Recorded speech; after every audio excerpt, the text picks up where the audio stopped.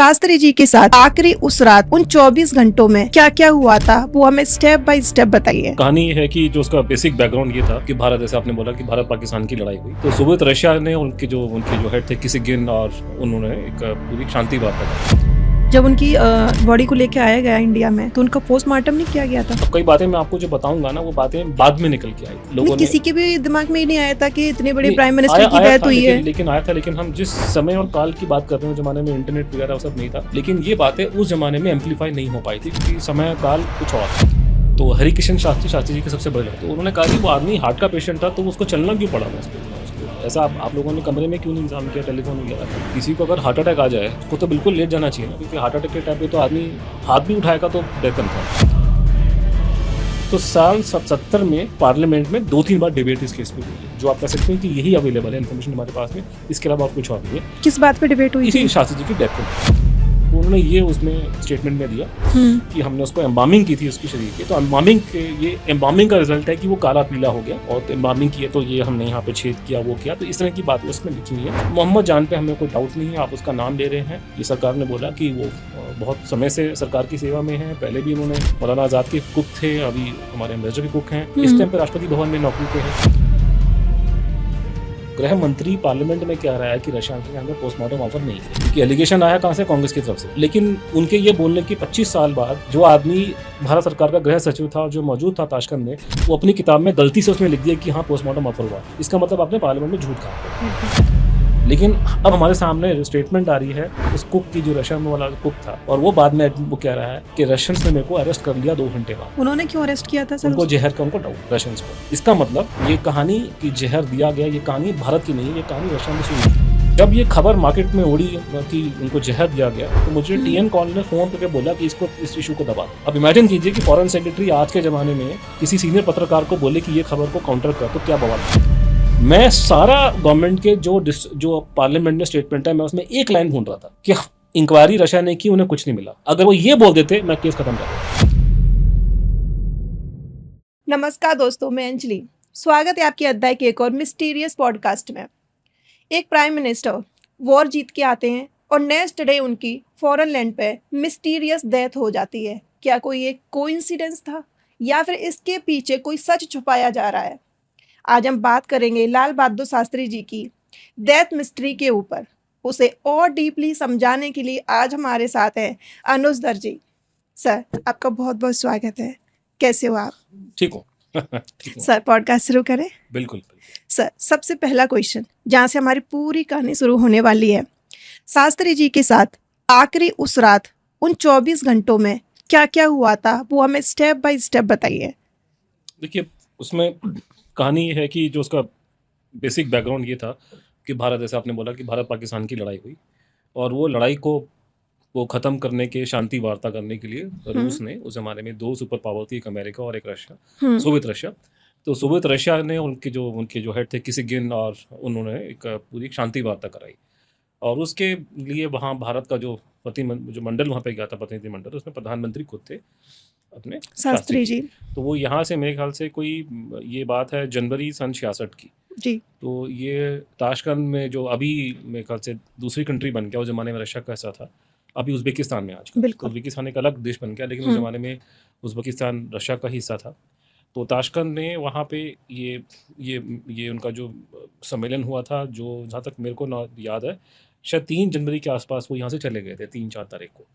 और ये 7वें दिन में जाकर के वहाँ पे 10 जनवरी वो हम जो बचपन से देखते आ रहे हैं, हमें सभी को मालूम है कि ताशकंद समझौता हुआ है 10 जनवरी को, बिल्कुल 1966 को। तो वो सारी 10 जनवरी की वो सबने, हम बचपन से, आपने, मैंने, सब लोगों ने उनकी फोटोएं भी देखी हैं, वीडियो देखे हैं कि वो अयूब खान पाकिस्तान के राष्ट्रपति और शास्त्री जी हाथ में ला रहे हैं, और वो हमारा ताशकंद समझौता हो जाता है।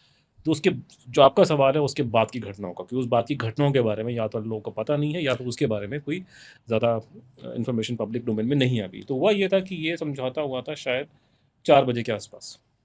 तो 4 बजे का मतलब होगा कि वहाँ के 4, यहाँ पे 4:30 हुए होंगे। हमारा आधे घंटे का फ़र्क है, या फिर आधा घंटा पीछे होगा मेरे ख्याल से, तो आधे घंटे का ऊपर नीचे है।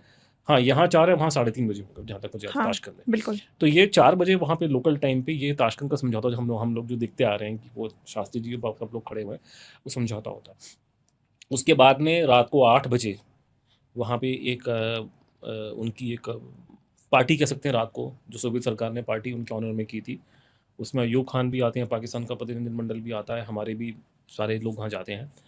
तो वहाँ पे जो लोगों ने देखा लाल बहादुर शास्त्री को, तो जैसे वो नॉर्मल थे अपने जीवन में कि बड़े एनर्जेटिक थे करके हम्म और खुश मिजाज थे।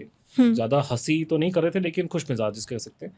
तो ये लोगों ने बोला कि वहाँ हमने उनको देखा, वो बातचीत कर रहे थे और आपस में थे और वे कोई थोड़ा सा म्यूज़िक का और खाने पीने का प्रोग्राम जो पार्टीज़ में होता वो पार्टी का प्रोग्राम था। रात को 10 बजे जो घटनाक्रम जो घटा कि रात को 10 बजे के आसपास में लाल बहादुर शास्त्री वापस आ जाते हैं। हम्म एक दाचा दाचा एक विला होता है, कोई कोठी कह लीजिए उसको, बंगला कह लीजिए, जो उनको उनके रहने का जो इंतज़ाम किया गया था वहाँ पे। तो 10 बजे के आसपास में वो अपने विला में आते हैं, जिस विला में उनको ठहरने का इंतज़ाम किया। आजकल तो एसपीजी वगैरह बहुत बड़ी सिक्योरिटी हमारी बहुत बढ़ती है, उस ज़माने में सिक्योरिटी काफ़ी कम हुआ करती थी। तो उस दाचा के अंदर गिनती के 4-5 आदमी थे उस टाइम पे। हम्म तो उसमें थे 1-2 रशियन कुक थे। हम्म तो ग्राउंड फ्लोर था और एक फर्स्ट फ्लोर था, बस उसमें ये था, बड़ा क्योंकि बंगला टाइप था करके उसको दाचा कहते हैं रशियंस में, रशियन भाषा में। तो उसमें दाचा में आके ये आ जाते हैं, तो इनको इनका अटेंडेंट जो उनका पारिवारिक नौकर है शास्त्री जी का, हम्म रामनाथ, वो उनसे मिलता है बिल्कुल। और ये उनके साथ बहुत टाइम से था। तो वो फिर पूछता है कि बाबूजी खाना खाना, उनको बाबूजी बोलते थे सब लोग, शास्त्री जी को उनके परिवार बाबूजी। वाले उनके स्टाफ वाले बाबूजी बोला करते थे हम्म कि खाना वाना कुछ खाना है क्या। तो पहले नहीं, मैं कुछ खा करके आया हूँ तो मुझे ज़रूरत नहीं है। बोला ठीक है, तुम थोड़ा सा जाके वो बोला कुछ और कर लो, छोटा मोटा ले आओ। तो ये रामनाथ अंदर जाता है किचन में, तो वहाँ पे एक मोहम्मद जान कुक जैन है, मोहम्मद। मोहम्मद जान एक कुक हैं और वो भारत के हमारे भारतीय सरकार के मुलाजिम हैं, अपने हमारे जो हमारे एम्बेसडर थे टी एन कॉल, उनके साथ अटैच थे। तो अभी उन्होंने शास्त्री जी के साथ लगा दिया उन्होंने जब तक वहाँ पे थे। तो वो कोई आलू साग की सब्जी कुछ बनाई थी उन्होंने, तो वो लेकर के आता है। तो उस दाचा में मतलब शास्त्री जी हैं, ये कुक हो गया, रामनाथ अटेंडेंट हो गया, आर कपूर साहब थे जॉइंट डायरेक्टर आईबी के डायरेक्टर, जॉइंट डायरेक्टर थे वो, उनकी सिक्योरिटी वीआईपी सिक्योरिटी। उस ज़माने में एसपीजी नहीं था तो आईबी ही सिक्योरिटी में रखते थे। हम्म तो आर कपूर थे उसमें, एक डॉक्टर आर एन चुक थे जो शास्त्री जी के प्रधानमंत्री के पर्सनल फिजिशियन थे, 10-12 साल से उनके साथ अटैच थे वो, और 1-2 सरकारी अफसर जगन्नाथ साय थे और एक एम शर्मा जी थे। ये 4-5-6 लोग ही वहाँ पे थे, ऐसा टोटल कोई 6 लोग थे मतलब। 4-5 लगा लीजिए, मैंने हाँ। पूरा दिन तक नहीं पड़ेगा लेकिन 5-6 लोग थे, ये लोग थे। मतलब इनके अलावा कोई और वहाँ पे नहीं था। तो जो भी घटनाक्रम हुआ उसके गवाह सब यही लोग बने और जी। किसी के बाहर के आदमी को नहीं नहीं पता। पता। तो वहाँ पे फिर वो कहानी ये बोली जाती है कि शाम को 10:30 बजे के आसपास में उन्होंने कोई फ़ोन किया वहाँ से। तो आई थिंक जगन्नाथ सहाय ने पूछा यहाँ दिल्ली में प्रधानमंत्री के ऑफिस में लोगों से कि भी लोगों ने कैसा रिएक्शन दिया है अपना, मतलब आने का क्या इंतजाम, क्योंकि अगले दिन इनको भारत में आना था इनको यहाँ पे, तो बातचीत करे कि कल कैसे आना है, ये करना है। तो शास्त्री जी ने बोला नहीं, इनसे पूछो कि क्या रिएक्शन क्या हुआ ये ताशकंद समझौते का। वो थोड़ी बात हुई, खत्म होगी, उसके थोड़ी देर बाद में लाल बहादुर शास्त्री जी के अपने परिवार को फ़ोन बात हुई थी, बात हाँ। हुई उस फोन पे। हम्म तो वो अपने मिसेज से बात करना चाहते थे, ललिता शास्त्री से, लेकिन उनकी शायद उस ज़माने में आप लोग को शायद समझ में नहीं आएगा, आजकल तो टेलीफोन वगैरह बहुत एडवांस हो गए, आवाज़ बहुत मुश्किल से आती थी खासकर इंटरनेशनल लाइन के अंदर, तो आवाज़ थोड़ी क्लियर नहीं आ रही थी। तो वाइफ से बात नहीं कर सके, तो उनके जो दामाद थे उनको उन्होंने बात करने के लिए, मिस्टर सिंह को, दामाद को उन्होंने बात करने के लिए, तो उन्होंने अपने दामाद से बात करी। हम्म और ये करते-करते फिर उसके बाद में रात के फिर कुछ मीडिया वाले 1-2 प्रेम प्रकाश जी थे और एक हिंदुस्तान टाइम्स का जर्नलिस्ट, वो आ जाते हैं कि कुछ प्रधानमंत्री जी की फ़ोटोएँ ऐसे रील बनानी है करके। तो उनको किसी ने बोला कि तुम बाहर से ले लो ना, यहाँ पे तो वो अच्छा लगेगा। तो एक उनकी बहुत मशहूर, अगर आप लोग यूट्यूब में जाएँगे तो आपको दिखाई दे जाएगा कि शास्त्री जी ना ऐसे कमरे में चल रहे हैं। तो वो रात को 12:30, 12, साढ़े 12 के आस-पास में, मतलब उनके देहांत से बिल्कुल थोड़ा पहले के आखिरी उनके विजुअल्स हैं कि वो अपने दाचा में अपने कमरे में ऐसे टहल रहे हैं। तो ये प्रेम प्रकाश ने बाहर से फ़ोटोएँ ली और ये वीडियो जो है उसका रील अवेलेबल है। इसका कुछ पता है कि मतलब उन्होंने अपने दामाद जी से क्या बात करी वो थी? मैं उस पे आऊँगा बाद में। अच्छा। वो तो बात की बात है कि उन्होंने बातचीत उनके परिवार उन्होंने पूछा कि भई कैसा लोगों ने रिएक्शन दिया वहाँ पे, कौन क्या बोल रहे हैं। हम्म बेसिकली इसी पे बात उनकी हुई है, पर उसका एग्ज़ैक्ट मैं अभी बाद में आऊँगा। लेकिन है कि ये कहानी उस पे ये होती है। उसके बाद में ये कहा जाता है कि रात को कोई 12:30 के आस-पास में, मतलब ये 12 साढ़े 12 में उन्होंने अपने कमरे में चले जाते हैं। तो जो बाकी लोग हैं, doctor Chugh, Jagannath Sahay, are Kapoor साहब, वो सामान पैक करना शुरू कर देते हैं क्योंकि अगले सुबह उनको वापस भारत के निकलना लिए था। आना था उनको। हम्म तो रामनाथ उनको 12:30 बजे के आसपास में कमरे में 12 साढ़े 12 उनसे मिलने जाता है। तो वो शास्त्री जी उसको बोलते हैं कि ठीक है अब तो जा, हो गया, रात का टाइम है, कुछ पहले तो लिख पढ़ रहे थे। तो वो फिर बीच में उन्होंने कहा जाता है कि उनको दूध दिया दिया ये सब गया गोल था। उसमें साथ में, हम्म। ये सब गोल खाते थे, दूध अंदर से गर्म उसने किया होगा मोहम्मद जान ने, और ये इसने जा करके उनको दिया। फिर वो थोड़ी देर बाद में पढ़ते उसको 12:30 के आसपास उन्होंने कहा कि तब तू चला जा, कमरा लाइट बंद कर दे, उसमें जाओ। उसके बाद में फिर ये जो घटनाक्रम ये घटता है कि रात को 1 बजे के आसपास में ये लोग जो हैं डॉक्टर चुप तो सो चुके होते हैं ऊपर जा कर के, और ये कपूर साहब जो आईबी वाले थे और अपने जगन्नाथ साहब और एमएमएन शर्मा जी जो थे, एमएमएन शर्मा, पूरा मुझे नाम नहीं पता, इनिशियल पता है एमएमएन शर्मा। तो वो सामान पैक करके वो सोने लगे थे, एकदम से उनको कमरे में आवाज़ आती है ऐसे करके, तो देखते हैं वो शास्त्री जी वहाँ पे नाइट गाउन में खड़े हुए और शक्ल से कुछ परेशान लग रहे हैं। वही तो बोला डॉक्टर, और डॉक्टर बोल के मुड़ गए एकदम से। तो ये एकदम से इनको कुछ गड़बड़ है, उछल करके वो भाग के खास कपूर ने जाके उनको पकड़ा करके, और साहब भागा ऊपर उनको डॉक्टर चुप को उठा के लाने के लिए, और ये दोनों इसको उनको वापस उनके कमरे में लेके गए। तो वो कुछ कदम चलने लगे तो उनको बहुत ज़्यादा उनको खांसी वांसी उनको आनी शुरू हो गई, उनको जैसे छाती में दर्द हो रहा है, खांसी, जैसे लोगों को हार्ट अटैक में प्रॉब्लम आता है होती है, तो वैसे। उसको ऐसा उनको ही सिम्टम हुआ। फिर उनको जाके वो बिस्तर में लिटाया ऊपर से, जब तक डॉक्टर चुप वहाँ पे आते हैं ऊपर से नीचे भाग करके, वो हालत उनकी बिगड़ चुकी होती काफ़ी, मतलब तो वो फिर वो बड़ी तकलीफ में थे। तो वो उनके जो आखिरी शब्द आप कह सकते हैं ये थे कि ओ मेरे राम ओ मेरे बाप, अपने पिताजी को और भगवान नाम को याद कर रहे थे, तो उन्होंने और कुछ नहीं बोला। तो वो यही उन्होंने एक बार बोला कि तकलीफ थी, और ये डॉक्टर चुप जो थे वो उनकी हालत देख करके वो उनको भी दिखाई देगा कि ये बचेंगे नहीं, रो पड़े वो कि बाबूजी आपने मुझे समय नहीं दिया, या आप मुझे आपने मौका नहीं दिया। पर उसने डॉक्टर चुप भी रो पड़ा, उसने ये बात बोली कि आपने मेरे को समय नहीं दिया बचाने का। ये बस वो करते करते फिर वो ये हुआ, पल्स चली जाती है। थोड़ी देर बाद में वहाँ पे जो रूस के डॉक्टर हैं वहाँ पे, क्योंकि इस जो दाचा था उसके थोड़ा दूर जाकर के एक एयर टूरिस्ट होटल था बड़ा, उस होटल में पूरा जो भारतीय डेलीगेशन, जिसमें पत्रकार भी थे और मंत्री भी थे और भारत सरकार के बड़े अफसर, वो सारे उसमें ठहरे हुए थे। तो वहाँ पे एक डॉक्टर की टीम भी थी वहाँ पे, रशियन डॉक्टर्स की। तो जैसे ही ये फिर वो बेचारे भाग गए उसके बाद। तो उन्होंने आकर के कोशिश की कि उनको रिवाइव करने की कोशिश कर सकते हैं जो उन्होंने लगाना था। तो उसमें आई थिंक 2 डॉक्टर वो थे, जेंट्स, एक लेडीज़ थी। उन्होंने काफ़ी कोशिश की लेकिन वो भी रिवाइव नहीं कर सके, और वो 1:30 बजे के आसपास उनका वो डेड डिक्लेयर हो गया। और उसके बाद में रात को खबर यहाँ फैलनी शुरू हो गई, यहाँ वहाँ पे करके। तो जैसे आजकल हमारे ये प्रेम प्रकाश जी जो ANI के जो चेयरमैन हैं, अभी भारत के सबसे मतलब आप कह सकते हैं कि वृद्ध जर्नलिस्टों में से अभी वही हैं। 95-96 साल के हैं, अभी भी बिल्कुल अच्छा बोलते हैं, फिट बोलते हैं। तो उनका एक प्रकरण उन्होंने इस बारे में लिखा था करके कि मैं अपने कमरे में था तो मुझे होटल में फ़ोन आया नीचे रशियन स्टाफर का कि come down quickly, your prime minister is dead, नीचे आइए, आपका प्रधानमंत्री नहीं रहे। तो मैंने जो किताब लिखी है your prime minister is dead, वो मैंने वहाँ से वो लाइन पिकअप किया। तो ऐसे एक करके फिर वो कुलदीप नैयर को बोला किसने कि नीचे आओ, तुम्हारा प्रधानमंत्री का टाइम चला गया, ये बीमार हैं, कुछ है ये।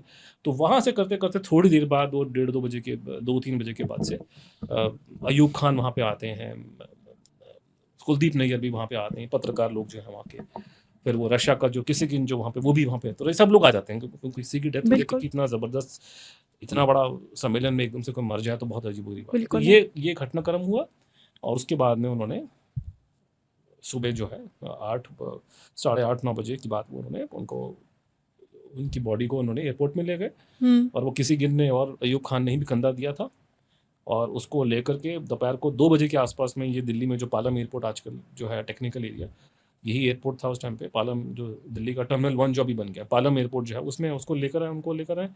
और वहाँ से करते करते शाम को वो पूरा देश इकट्ठा हो गया, दिल्ली इकट्ठी होगी पूरी, और 4 बजे के आसपास उनके बॉडी को उनका जो ऑफिस था 10 जनपथ, जो आजकल 10 जनपथ कहते हैं उसको, तो 10 जनपथ के साथ में 1 मोतीलाल नेहरू मार्ग जो है, वो जहाँ उनका अभी शास्त्री जी का म्यूजियम है, तो वो 1 मोतीलाल नेहरू मार्ग में रहते थे, और जो आजकल का 10 जनपथ है वो उनका ऑफिस हुआ करता था, और दोनों के बीच में वो जोड़ा हुआ था। आजकल तो उन्होंने दीवार खींच दी, तो आप उसमें दोनों अलग अलग बंगलो हो गए। तो 10 जनपथ में उनकी बॉडी को लाया गया वहाँ पे उस ज़माने में, और वो तो ये प्रकरण उस टाइम पे हुआ है। ये शास्त्री जी की डेथ ऐसे इस तरीके से इस टाइम ऐसे हुई थी, और ये उसकी मोटी जो है आउटलाइन है। जब उनकी बॉडी को लेके आया गया इंडिया में, तो उनका पोस्टमार्टम नहीं किया गया था? अब पोस्टमार्टम की बात जो ये उछली बाद में है, लेकिन क्योंकि कई बातें मैं आपको जो बताऊंगा ना, वो बातें बाद में निकल के आई थी, तो उस टाइम पे लोगों को नहीं मालूम था, लोग लोगों ने किसी के भी दिमाग में ही नहीं आया था कि इतने बड़े नहीं प्राइम मिनिस्टर आया की आया डेथ था हुई है। लेकिन आया था, लेकिन हम जिस समय और काल की बात कर रहे हैं उस ज़माने में इंटरनेट वगैरह वो सब नहीं था, इन्फॉर्मेशन का फ्री फ्लो नहीं था, तो बिल्कुल दिमाग में आया था। लेकिन ये बातें उस ज़माने में एम्पलीफाई नहीं हो पाई थी क्योंकि समय काल कुछ और था। तो उसके बाद में कहानी ये हुई थी, अगर आपका जो सीधा सवाल ये है कि अ, जब उनकी बॉडी यहाँ पे लाई गई एयरपोर्ट पे, तो हरिकिशन शास्त्री शास्त्री जी के सबसे बड़े लड़के हम्म। हरी थे, सबसे बड़े हैं, उनसे छोटे मेरे ख्याल से अनिल अनिल जी हैं, वो भी हैं, और फिर सुनील जी वो भी हैं, और उनके बीच में दो बहनें थी। सबसे बड़ी मेरे ख्याल से बहन ही थी, सुमन थी मेरे ख्याल से, या दो बहनें थी, कुसुम और सुमन। हम्म। तो दो बहनें थी अब, और तीन भाई थे, अब दो ही बचे हैं, अनिल जी और सुनील जी। एक छोटे भाई अशोक भी थे, वो उनकी भी डेथ हो गई, सबसे छोटे वाले की। तो जो हरिकिशन शास्त्री सबसे बड़े उनके लड़के थे, हरिकिशन जी जा करके वहाँ पे वो एयरपोर्ट पे गए पिताजी के अपने शरीर लेने के लिए। तो वहाँ पे जाके उनको बाद में परिवार के लोगों ने, मतलब उनकी ललिता शास्त्री जी ने बताया बात को, कि कुछ इनको उनके शरीर के पास में नहीं आने दिया लोगों ने। वो कोशिश करते कि ये ना, मतलब देखें। तो जब वो कब तक रोक पाओगे उनको, जब उन्होंने देखा तो उनको कुछ गड़बड़ दिखाई दी, उनको, उनके लड़के को। और उसने कहा कि शरीर में कुछ ठीक नज़र नहीं आ रहा मुझे कुछ इनका, क्योंकि उसके हर एक आदमी को डॉक्टर बनने की ज़रूरत नहीं है, लोग ज़्यादातर लोगों ने मृत शरीर देखा होता है। तो उसके बाद में जब वो यहाँ तक लाते हैं बॉडी को, उसमें आके तो वो शरीर पूरा नीला वीला नीला पड़ पड़ चुका था जाता है। करके, तो वहाँ पे उन्होंने पोस्टमार्टम की बात करी थी। तो हरिकिशन शास्त्री जी ने, उन्होंने जाकर के उस ज़माने में जो गृह मंत्री थे मेरे ख्याल से अपने गुलजरलाल नंदा, जी एल नंदा जी, जो एक्टिंग प्राइम मिनिस्टर बने थे, तो उन्होंने गुलजरलाल नंदा को भी बोला था कि ये आप इसको पोस्टमार्टम कराओ। पर उनको, परिवार के लोगों को तब ये बात बोली गई कि आप अभी इसको ज़्यादा मत उछालो बात को, ये इंटरनेशनल प्रॉब्लम खड़ी हो जाएगी हमारे लिए। जी। तो वो दबा दबू के फटाफट उन्होंने कहा रफा दफा करो। तो ये इस तरह का वो था, लेकिन परिवार को डाउट हुआ, परिवार को शक हुआ उनको, उनके शरीर को देख करके। उनके पहले क्वेश्चंस क्या थे उनके उनके परिवार को क्वेश्चन लेके? ने वो सिर्फ जो लोग, जो शास्त्री जी के परिवार वाले थे या जो उनके खासम खास थे, जो उनके पुराने वफादार थे, उनके राजनीतिक जो उनके दोस्त थे या वो मित्र थे, उन सब ने उनको शरीर में ठीक नज़र नहीं आया, उनको कुछ प्रॉब्लम है, मैं उसको आपको डिटेल बाद में दूंगा। तो शरीर में प्रॉब्लम थी कि शरीर नीला पड़ गया था कुछ करके। तो वो हार्ट अटैक का उनको नज़र नहीं आ रहा था उसमें, कि वो हार्ट के पेशेंट थे पहले, लेकिन हार्ट अटैक होने के बाद में आदमी का शरीर नीला पड़ गया, ऐसे लोगों को लगा कि ये कुछ इसमें प्रॉब्लम है। तो उनको कुछ नहीं दिखाई दे रहा था कि इसमें कुछ प्रॉब्लम। तो उन्होंने रेस शुरू कर, लेकिन कोई इंटरेस्टेड था नहीं करके, तो बॉडी को उन्होंने अगले दिन अग्नि दे दी, तो ख़त्म हो गया। इसमें एक ये भी बोला जा रहा था कि उनके चेहरे पे, उनके शरीर पे कुछ चंदन का लेप वगैरह भी लगा दिया गया वो था। बात की बात हुई थी, हुआ ये था कि जब उनके बाद में शरीर को, जब उनको अंतिम संस्कार के लिए लेके गए, तो ये ललिता शास्त्री का ही स्टेटमेंट था बाद में कि उन्होंने मेरे परिवार को, हमको दूर रखने की कोशिश की, हमको शरीर से, एयरपोर्ट में भी और यहाँ पे भी।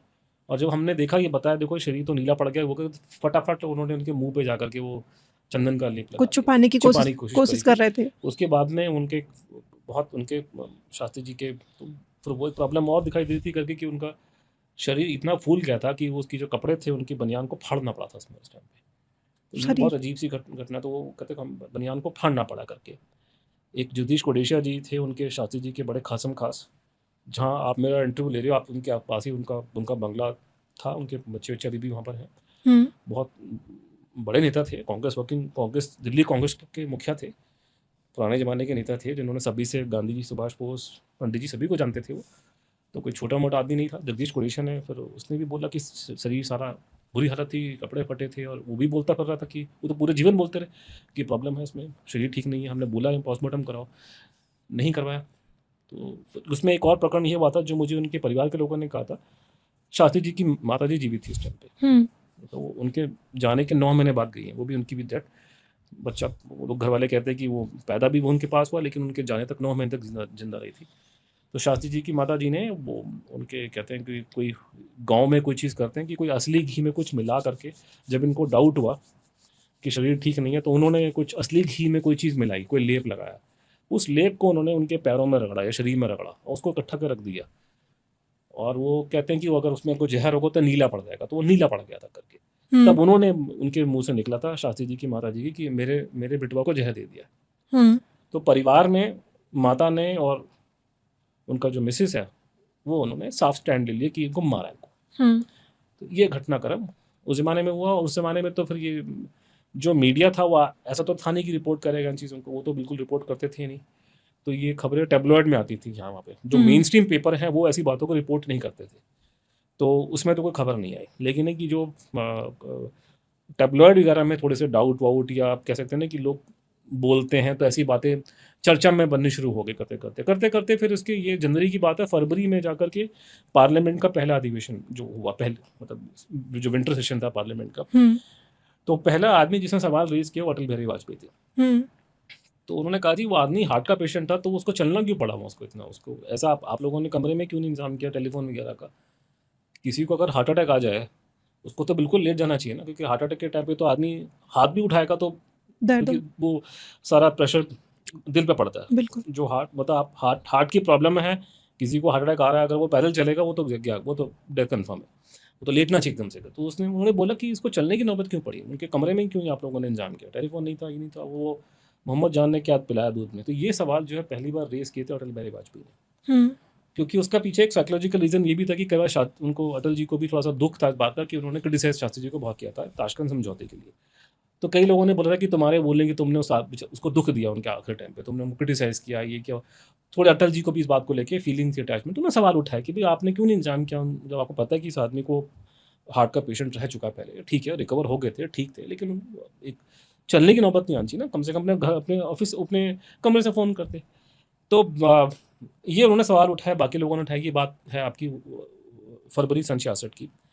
तो सरकार वालों ने एक बड़ा सही उन्होंने स्टैंड, उन्होंने आंसर दिया। अब ये ऐसे लोगों को कंफ्यूज करते हैं, तो कहते नहीं नहीं उनके ना स्वीट में फ़ोन थे, वहाँ पे 3 फ़ोन लगे थे उनके स्वीट में, फ़ोन थे, 2 फ़ोन लोकल इंटरनेशनल कॉल के लिए था, और तीसरा हम्म। फ़ोन था वो, मतलब वो इंटरनल था कि आप उसको अगर उठाएंगे तो एकदम से घंटी बजेगी वहाँ पे, तो डॉक्टर आ जाएगा या कपूर साहब आ जाएंगे, कोई भी आ जाएगा हम्म। जो अलग कमरों में है। तो वो स्वीट में फ़ोन था। तो उन्होंने बड़ी चालाकी करी उन्होंने उस ज़माने में, कि भारत में आज के दिन में, मैं साल 2026 की बात कर रहा हूँ, हमारे को 40 साल में देश की पूरी कायाकल्प हो गई है, पता नहीं हम क्या थे क्या हो गए। हम्म। 2026 में अगर आप जाकर के लोगों से पूछोगे स्वीट क्या है, वो स्वीट का मतलब नहीं पता उनको, वो तो स्पेलिंग देके समझने पड़ेंगे, उस पर उसको SUIT सूट पढ़ेंगे उसको। तो वो स्वीट जो है ये फ्रेंच वर्ड है, ये होता है कि किसी होटल में 3-4 कमरे के सेट को स्वीट कहते हैं। सवाल आपसे पूछा जा रहा है कि उनके कमरे में फ़ोन था कि नहीं था, और आप आंसर दे रहे हो कि उनके स्वीट में फ़ोन था। तो आप जानबूझ के, उस ज़माने में किसी को नहीं मालूम था, हमारे खासकर गाँव गुमराह में, करने की कोशिश कर रहे हैं। गाँव वालों को क्या पता कि स्वीट क्या होता है। बिल्कुल। सीधा आंसर दो ना कि कमरे में फ़ोन नहीं लगाया था। तो आपने क्या चेकिंग की वहाँ पे जाके, सिक्योरिटी IB ने जाके चेकिंग की थी पहले, जान से पहले वहाँ पे। हम्म। तो पॉइंट ये है कि इन्होंने झूठ बोल करके, अब कहने को लीगली गलत नहीं है, अगर आप कोर्ट में जाएंगे कि बिल्कुल ठीक है स्वीट बोल रहा है, पर ये लोग ये भूल जाएंगे कि ये देश अंग्रेजों रहते नहीं यहाँ पे। स्वीट का मतलब कितने लोगों को आज के दिन में नहीं पता, उस जमाने में क्या पता कि स्वीट का मतलब क्या है। तो इन्होंने इस तरह से घुमा फिरा करके, और डिबेट उन्होंने नहीं होने दी, इशू बिल्कुल दब गया। 2-4 सवाल उठे, और ये केस बेसिकली आप लगा लीजिए कि 66 में ही हल्का सा उछला और वो बस खत्म हो गया, कुछ उसमें से नहीं था। So there was nothing, the case died out, और उसमें कोई डिस्कशन डिबेट वगैरह इस पे नहीं हुई। और ये जा कर के एक ही बार डिबेट इस केस पे हुई थी, वो साल 70 में हुई थी। हम्म। और वो कारण उसका ये था क्योंकि इसके अलावा कभी ये केस कभी सुर्खियों में नहीं रहा, मतलब लोग डिस्कस करते थे प्राइवेट भाषा, प्राइवेट इधर उधर की, लेकिन सुर्खियों में नहीं आया कभी, और ना डिस्कशन पार्लियामेंट में ढंग कोई, बिल्कुल नाम मात्र की हुई है 66 के अंदर। उसके बाद जाके सन 70 में हुआ ये था कि प्रकरण ये हुआ कि सन 70 से पहले एक देश में माहौल ये बना था कि लोगों ने डिमांड की कि सुभाष बोस की डेथ पे इंक्वायरी कराई जाए। तो सरकार ने मना कर दी कि हमको इंक्वायरी नहीं करवाने वाले इस पर। तो जब वो उन्होंने मना कर दी, उसके बाद थोड़े समय बाद क्या हुआ कि कोई, जिन लोगों ने, जो महात्मा गांधी जो मर्डर केस हुआ था उसमें कुछ लोग जिनको फांसी नहीं हुई है, वो लोग छूट करके आते हैं उसी पीरियड के टाइम पे, और छूटने के बाद उन्होंने कुछ मीडिया में इंटरव्यू दिए सेंसेशनल की हमारी तो प्लानिंग पहले से थी, ये थी वो थी। तो ये एकदम से इन्होंने पकड़ लिया, उन्होंने सरकार ने उस बात को, और एक प्रॉपर एक जस्टिस कपूर कमीशन बना के उस पर पता लगाने की कोशिश की इसमें लार्जर कंस्पिरेसी क्या है महात्मा गांधी की डेथ पे। तब लोगों ने उनको ये बोला कि तुम अगर 25-25 साल बाद तुम अगर महात्मा गांधी की मरने के बाद आप उसका केस को रीओपन कर सकते हो, तो सुभाष बोस का केस क्यों नहीं रीओपन कर सकते आप, ये हमें क्यों मना कर रहे हो कि आप केस को ना उछालें। कि सुभाष बोस में आपने मना कर दिया कि पुराना बहुत टाइम निकल गया, क्या करना है, 25 साल हो गए, लेकिन महात्मा गांधी के बारे में आपने कमीशन बना दी। हम्म। तो सरकार ने उसको बहुत रोकने की कोशिश की, लेकिन सुभाष बोस का कद इतना बड़ा था कि उसको रोक नहीं पाए, और उनको साल 70 तक आते आते उनको कमीशन बनवानी पड़ी, खोसला कमीशन। तो जब ये बात हुई तो उन्हीं में से वो लोग जो सुभाष बोस की बात करते थे और जो इंडिपेंडेंट भी थे, जो शास्त्री के सपोर्टर, उन्होंने कहा भी अगर सुभाष बोस का केस खुला, सुभाष शास्त्री जी का शास्त्री जी भी की बात भी होनी चाहिए। बिल्कुल। उसी टाइम पे उस ज़माने में आप कह सकते हैं कि जो टेब्लॉइड थे और या जैसा पांजन ने जो ऑर्गेनाइजर जो इसका आरएसएस का मुख्य पत्र जो है, उसमें कुछ शास्त्री जी की डेथ को लेकर कंट्रोवर्शियल कुछ आर्टिकल्स है कि उसमें कुछ गड़बड़ है। मेन स्ट्रीम मीडिया ये कुछ कवर नहीं करता था, वो they used to play very safe. वो कोई टाइम्स ऑफ इंडिया में कोई ऐसी खबरें नहीं छपने वाली, वो they used to play safe. सिर्फ ये जो टेब्लॉइड हैं या कोई ऐसे स्पेशलाइज्ड जो जो जैसे आरएसएस का जो मुखपत्र है, उसमें ऐसे आर्टिकल छपे कि इसमें कुछ गड़बड़ हुई है। तो साल 70 में पार्लियामेंट में 2-3 बार डिबेट इस केस पे हुई है, जो आप कह सकते हैं कि यही अवेलेबल है इन्फॉर्मेशन हमारे पास में, इसके अलावा और कुछ और नहीं है। किस बात पे डिबेट हुई इसी थी? शास्त्री जी की डेथ को लेकर के। तो इसमें शास्त्री जी क्या क्या की चीजों का एंगल आया था? तो शास्त्री जी की डेथ को लेकर के एक ही बार डिबेट हुई है ढंग की, वो साल 70 में हुई। उसके अलावा कभी नहीं, उसके बाद एक बार भी सवाल नहीं उछाला किसी पार्लियामेंट में। तो वो जो डिबेट में अलग अलग लोगों ने हिस्सा लिया और उसमें हुआ यह था कि सरकार शुरुआत में बिल्कुल क्लोज माइंड था, सरकार ने साफ मना कर दिया कि हम इंक्वायरी नहीं कराएंगे, हमें कोई डाउट नहीं है। लोगों ने निकाल करके सवाल उठाए, उसमें अडवाणी जी भी थे और भी बहुत लोग थे, कांग्रेस के बहुत सारे लोग थे। अब जैसे फॉर एग्जाम्पल एक टी.एन. सिंह जी थे, जो थे कांग्रेस में थे और उनका बाद में थोड़े समय के लिए यूपी के मुख्यमंत्री भी थे, बाद में गवर्नर थे अपने बंगाल के। टी.एन. सिंह की खासियत थी कि टी.एन. सिंह शास्त्री जी के बचपन के दोस्त थे, दोनों इकट्ठे स्कूल में जाते थे, तो कहते थे वो गंगा जी में वो तैर के जाते थे, तो ये उनके बचपन का दोस्त था, ये नेता नहीं था। तो टी.एन. सिंह के बोलने से लोगों के रोंगटे खड़े हो गए। टी.एन. सिंह ने जाकर के पार्लियामेंट में बोला, राजनारायण ने बोला जी गड़बड़ है इसमें, ये हुआ है, कुछ हुआ है इसमें, ये लोग कह रहे हैं जहर दे दिया वटेवर। तो टी.एन. सिंह ने बोला जी हमने तो लोग, मैं जहाँ जहाँ लोग हमको मुझे पूछ रहे हैं कि आपने क्यों नहीं सवाल उठाया पार्लियामेंट में, मैंने देखा शरीर में तो नीला पड़ गया, ये है कि वो। तो उसमें करते करते एक और कांग्रेस के नेता थे, महावीर प्रसाद भार्गव जी, उस ज़माने बहुत जाने माने थे। उन्होंने बहुत बढ़िया सवाल सिक्योरिटी के बारे में, उनके बारे में पूछे और उन्होंने एक बड़ी अजीब सी बात की। उन्होंने कहा कि मुझे खबर लगी है कि रशियन को भी डाउट था कि इनको जहर दिया गया, इसलिए उन्होंने आपको पोस्टमार्टम ऑफर किया था भारत सरकार को। इन्होंने मना कर दिया जी हमें ऐसा कुछ नहीं पता। तो ऐसे अलग लोगों ने अलग अलग बातें की और फिर भारत सरकार ने बाद में एक स्टेटमेंट दिया 8-10 पन्ने का, एक जो सदन के पटल पर रखा गया। तो आप ये कह सकते हैं कि शास्त्री जी की डेथ को लेकर के भारत सरकार का सबसे विस्तृत जो दस्तावेज है, ये वो स्टेटमेंट है। उसमें क्या था सर? उसमें बताया कि ये यहाँ इंजाम क्यों किया गया था, लोगों ने कहा कि उनको दाचा में क्यों रखा गया, बोला कि वो उनको अलग रखना चाहते थे, पाकिस्तान वालों को दाचा मिला था तो हम इनको होटल में रखना चाहते थे। लोगों ने कहा जी आपने सिक्योरिटी ढंग से की, तो उन्होंने हर बात को काउंटर करने की कोशिश करी कि डॉक्टर क्यों नहीं आया, ये नहीं फलाना ढमकाना करते करते। लेकिन उन्होंने मोटी मोटी 3-4 बातें थी, उन्होंने बोल दी कि हमें कोई डाउट नहीं है, नंबर 1। नंबर 2, वो कहते हैं शरीर इसलिए वो हो गया था क्योंकि आप जो कह रहे हैं कि उनको बॉडी को प्रिजर्व करने के लिए डॉक्टरों ने उसमें वो कुछ प्रिजर्वेटिव डाले थे, जो शरीर को प्रिजर्व करने के लिए डाले जाते हैं बाद में, ये उनके रेशन से हुआ। तो उन्होंने ये उसमें स्टेटमेंट में दिया कि हमने उसको एम्बामिंग की थी उसकी शरीर की, तो एम्बामिंग का रिजल्ट है कि वो काला पीला हो गया, और तो एम्बामिंग की है तो ये हमने यहाँ पे छेद किया, वो किया। तो इस तरह की बात उसमें लिखी हुई है। मोहम्मद जान पे हमें कोई डाउट नहीं है, आप उसका नाम ले रहे हैं। ये सरकार ने बोला कि वो बहुत समय से सरकार की सेवा में हैं, पहले भी इन्होंने मौलाना आज़ाद के कुक थे, अभी हमारे एम्बेसडर के कुक हैं, इस टाइम पे राष्ट्रपति भवन में नौकरी पे हैं। मतलब ये मैं बात कर रहा हूँ 70 के आसपास की। तो ऐसे उन्होंने बोला कि हमें डाउट ही नहीं है, शक ही नहीं है, तो हम किस बात की इंक्वायरी करवाएं, और कोई रशिया ने कभी कुछ नहीं बोला करके, और ये हमें कोई जरूरत थी। तो ये बोल के उन्होंने, और उसमें इन्होंने एक बड़े चालाकी का काम किया। उन्होंने इस बात को अडवाणी जी ने भी हाईलाइट किया और लोगों ने हाईलाइट किया कि इन्होंने जो उस पर डिस्कशन जो कराई पूरे मुद्दे पे, जो आखिरी हुई थी, वो पार्लियामेंट के सेशन के आखिरी दिन में करवाई है। ऐसा क्यों? क्योंकि उस पर डिबेट ना हो पाए ना, ज़्यादा टाइम ना मिल पाए। ये एक पुराना इनका ना स्टैंडिंग SOP है इन लोगों का। ये नेताजी वाले केस में ऐसे किया था उन्होंने कि उस पर जो मुखर्जी कमीशन की रिपोर्ट आई थी साल, ये तो हमारे समय की बात है 2006 में, वो उसकी डिस्कशन कराई है बिल्कुल आखिर के दिन में, ताकि लोग उसको, आप 2005 में कमीशन की रिपोर्ट आप टेबल पे रख रहे हो, तो वो मेंबर ऑफ पार्लियामेंट पढ़ के तो आया उसको पहले, बिना पढ़े क्या डिबेट करेगा वो। लेकिन समय मत दो उनको, तो आखिरी समय बिल्कुल आखिरी टाइम पे कि आप डे पे रखो ताकि डिबेट ना हो। वही स्टैंडर्ड फॉलो किया जब आप ये उत्तर प्रदेश में ये गुमनामी बाबा की रिपोर्ट आई थी, इसकी जस्टिस साहब की कोई कमीशन बोलता है, लेकिन था तो नौटंकी थी वो नौटंकी की रिपोर्ट जो आई है उसको भी जानबूझ के इन लोगों ने आखिरी दिन पे टेबल किया। तो उसका बेसिक सेट रूल ही होता है कि आप डिबेट मत होने दो उसके ऊपर, क्योंकि डिबेट होगी तो क्वेश्चंस उठेंगे। हाँ, तो ये पुराने टेक्निक्स हैं इन लोगों की, ये सिविल सर्वेंट्स की, जो पॉलिटिशियन जो करवाते हैं। तो सन 70 में जब ये जो डिबेट हुई है, ये वाला जो पॉइंट, जो सरकार ने कहा कि हमें कोई इंक्वायरी नहीं करवानी, हमें कोई डाउट नहीं है, और बीच में उसी टाइम पे 70 में ललिता शास्त्री ने पहली और आखिरी बार अपना मुंह खोला। उन्होंने धर्मयुग एक बहुत बड़ी मैगजीन थी उस ज़माने में, टाइम्स ऑफ इंडिया की, उसमें उन्होंने उसमें पहली और आखिरी बार उन्होंने इंटरव्यू दिया, जहाँ उन्होंने बोला कि हमको डाउट है, ये प्रॉब्लम हुई है और इस तरह की चीज़ की उनका शरीर ठीक नहीं था। लेकिन उन्होंने एक बहुत अलग बात बोली ललिता शास्त्री जी, उन्होंने बोला कि उनको डाउट दूध पे नहीं है। उन्होंने बोला कि दूध पीने के बाद भी वो ठीक थे।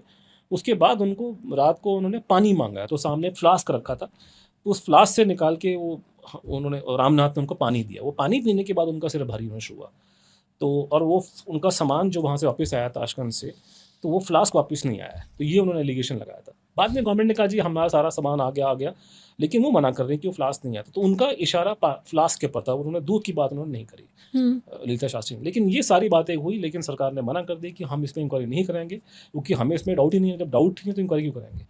तो तो बस ये कहानी वहीं के वहीं ख़त्म होगी। सन 70 के बाद से लेके आज तक लाल बहादुर शास्त्री का मुद्दा पार्लियामेंट में कोई बिल्कुल नहीं उछला है। कोई बातचीत थी भी कोई, हम जनता के छोटे मोटे लोग बातचीत करते रहते हैं यहाँ वहाँ पे, लेकिन कभी उस पर कोई, जैसे सुभाष बोस वाले केस में डिबेट्स हुई हैं, उस पर एक के बाद एक उसमें लोगों ने अलग अलग एलिगेशन लगाए, इंक्वायरीज हुई, फलाना ढमकाना, डॉक्यूमेंट्स डिक्लासिफाई हुए।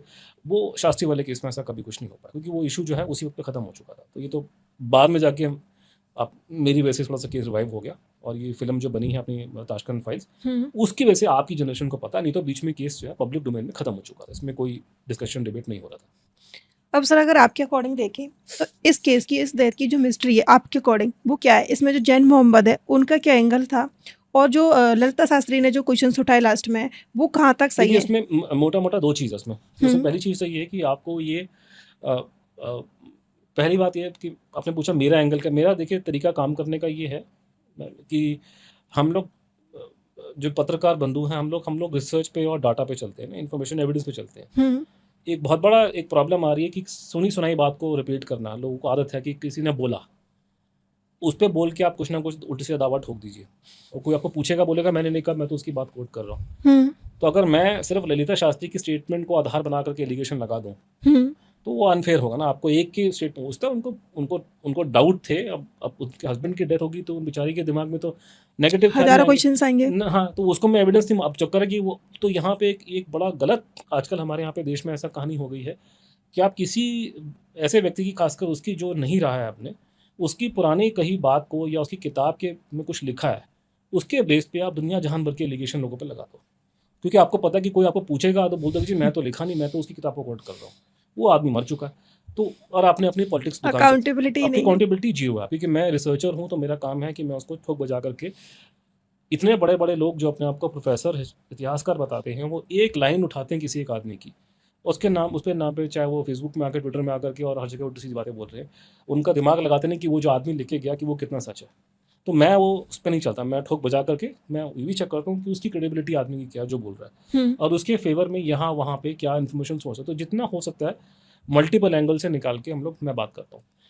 तो बेसिकली जो मुद्दा जो मेरा नज़र देखने का जो था, या उसमें देखने का, कि इसमें पहला जो थ्योरी ये है, सरकार जो बोलती है, जो ऑफिशियल वे, कि लाल बहादुर शास्त्री जो हार्ट के पेशेंट थे, उनको 2 हार्ट अटैक पहले आ चुके थे, ठीक है, वो रिकवर कर गए थे और डॉक्टर ने कहा फिट है उनको जान से पहले। लेकिन अब हार्ट अटैक आपको पता नहीं होता, बैठे बैठे किसी को कभी आ जाएगा। तो जवान लोग खड़े चलते फिरते जिम में मर जाते हैं, तो उसमें तो किसी को कोई आप प्रिडिक्शन नहीं कर सकते। लेकिन ये तो ऑलरेडी आदमी हार्ट का पेशेंट था।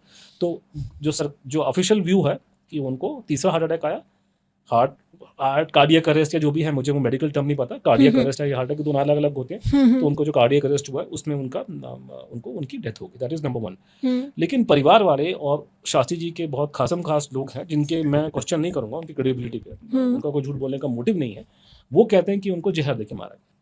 तो पहले हमको ये देखना पड़ेगा कि वो जहर वाली बात ठीक है कि नहीं है। बिल्कुल, वो थ्योरी में बाद में जाऊंगा ना, पहले कि ये बात ठीक है, वो ठीक बात ठीक है।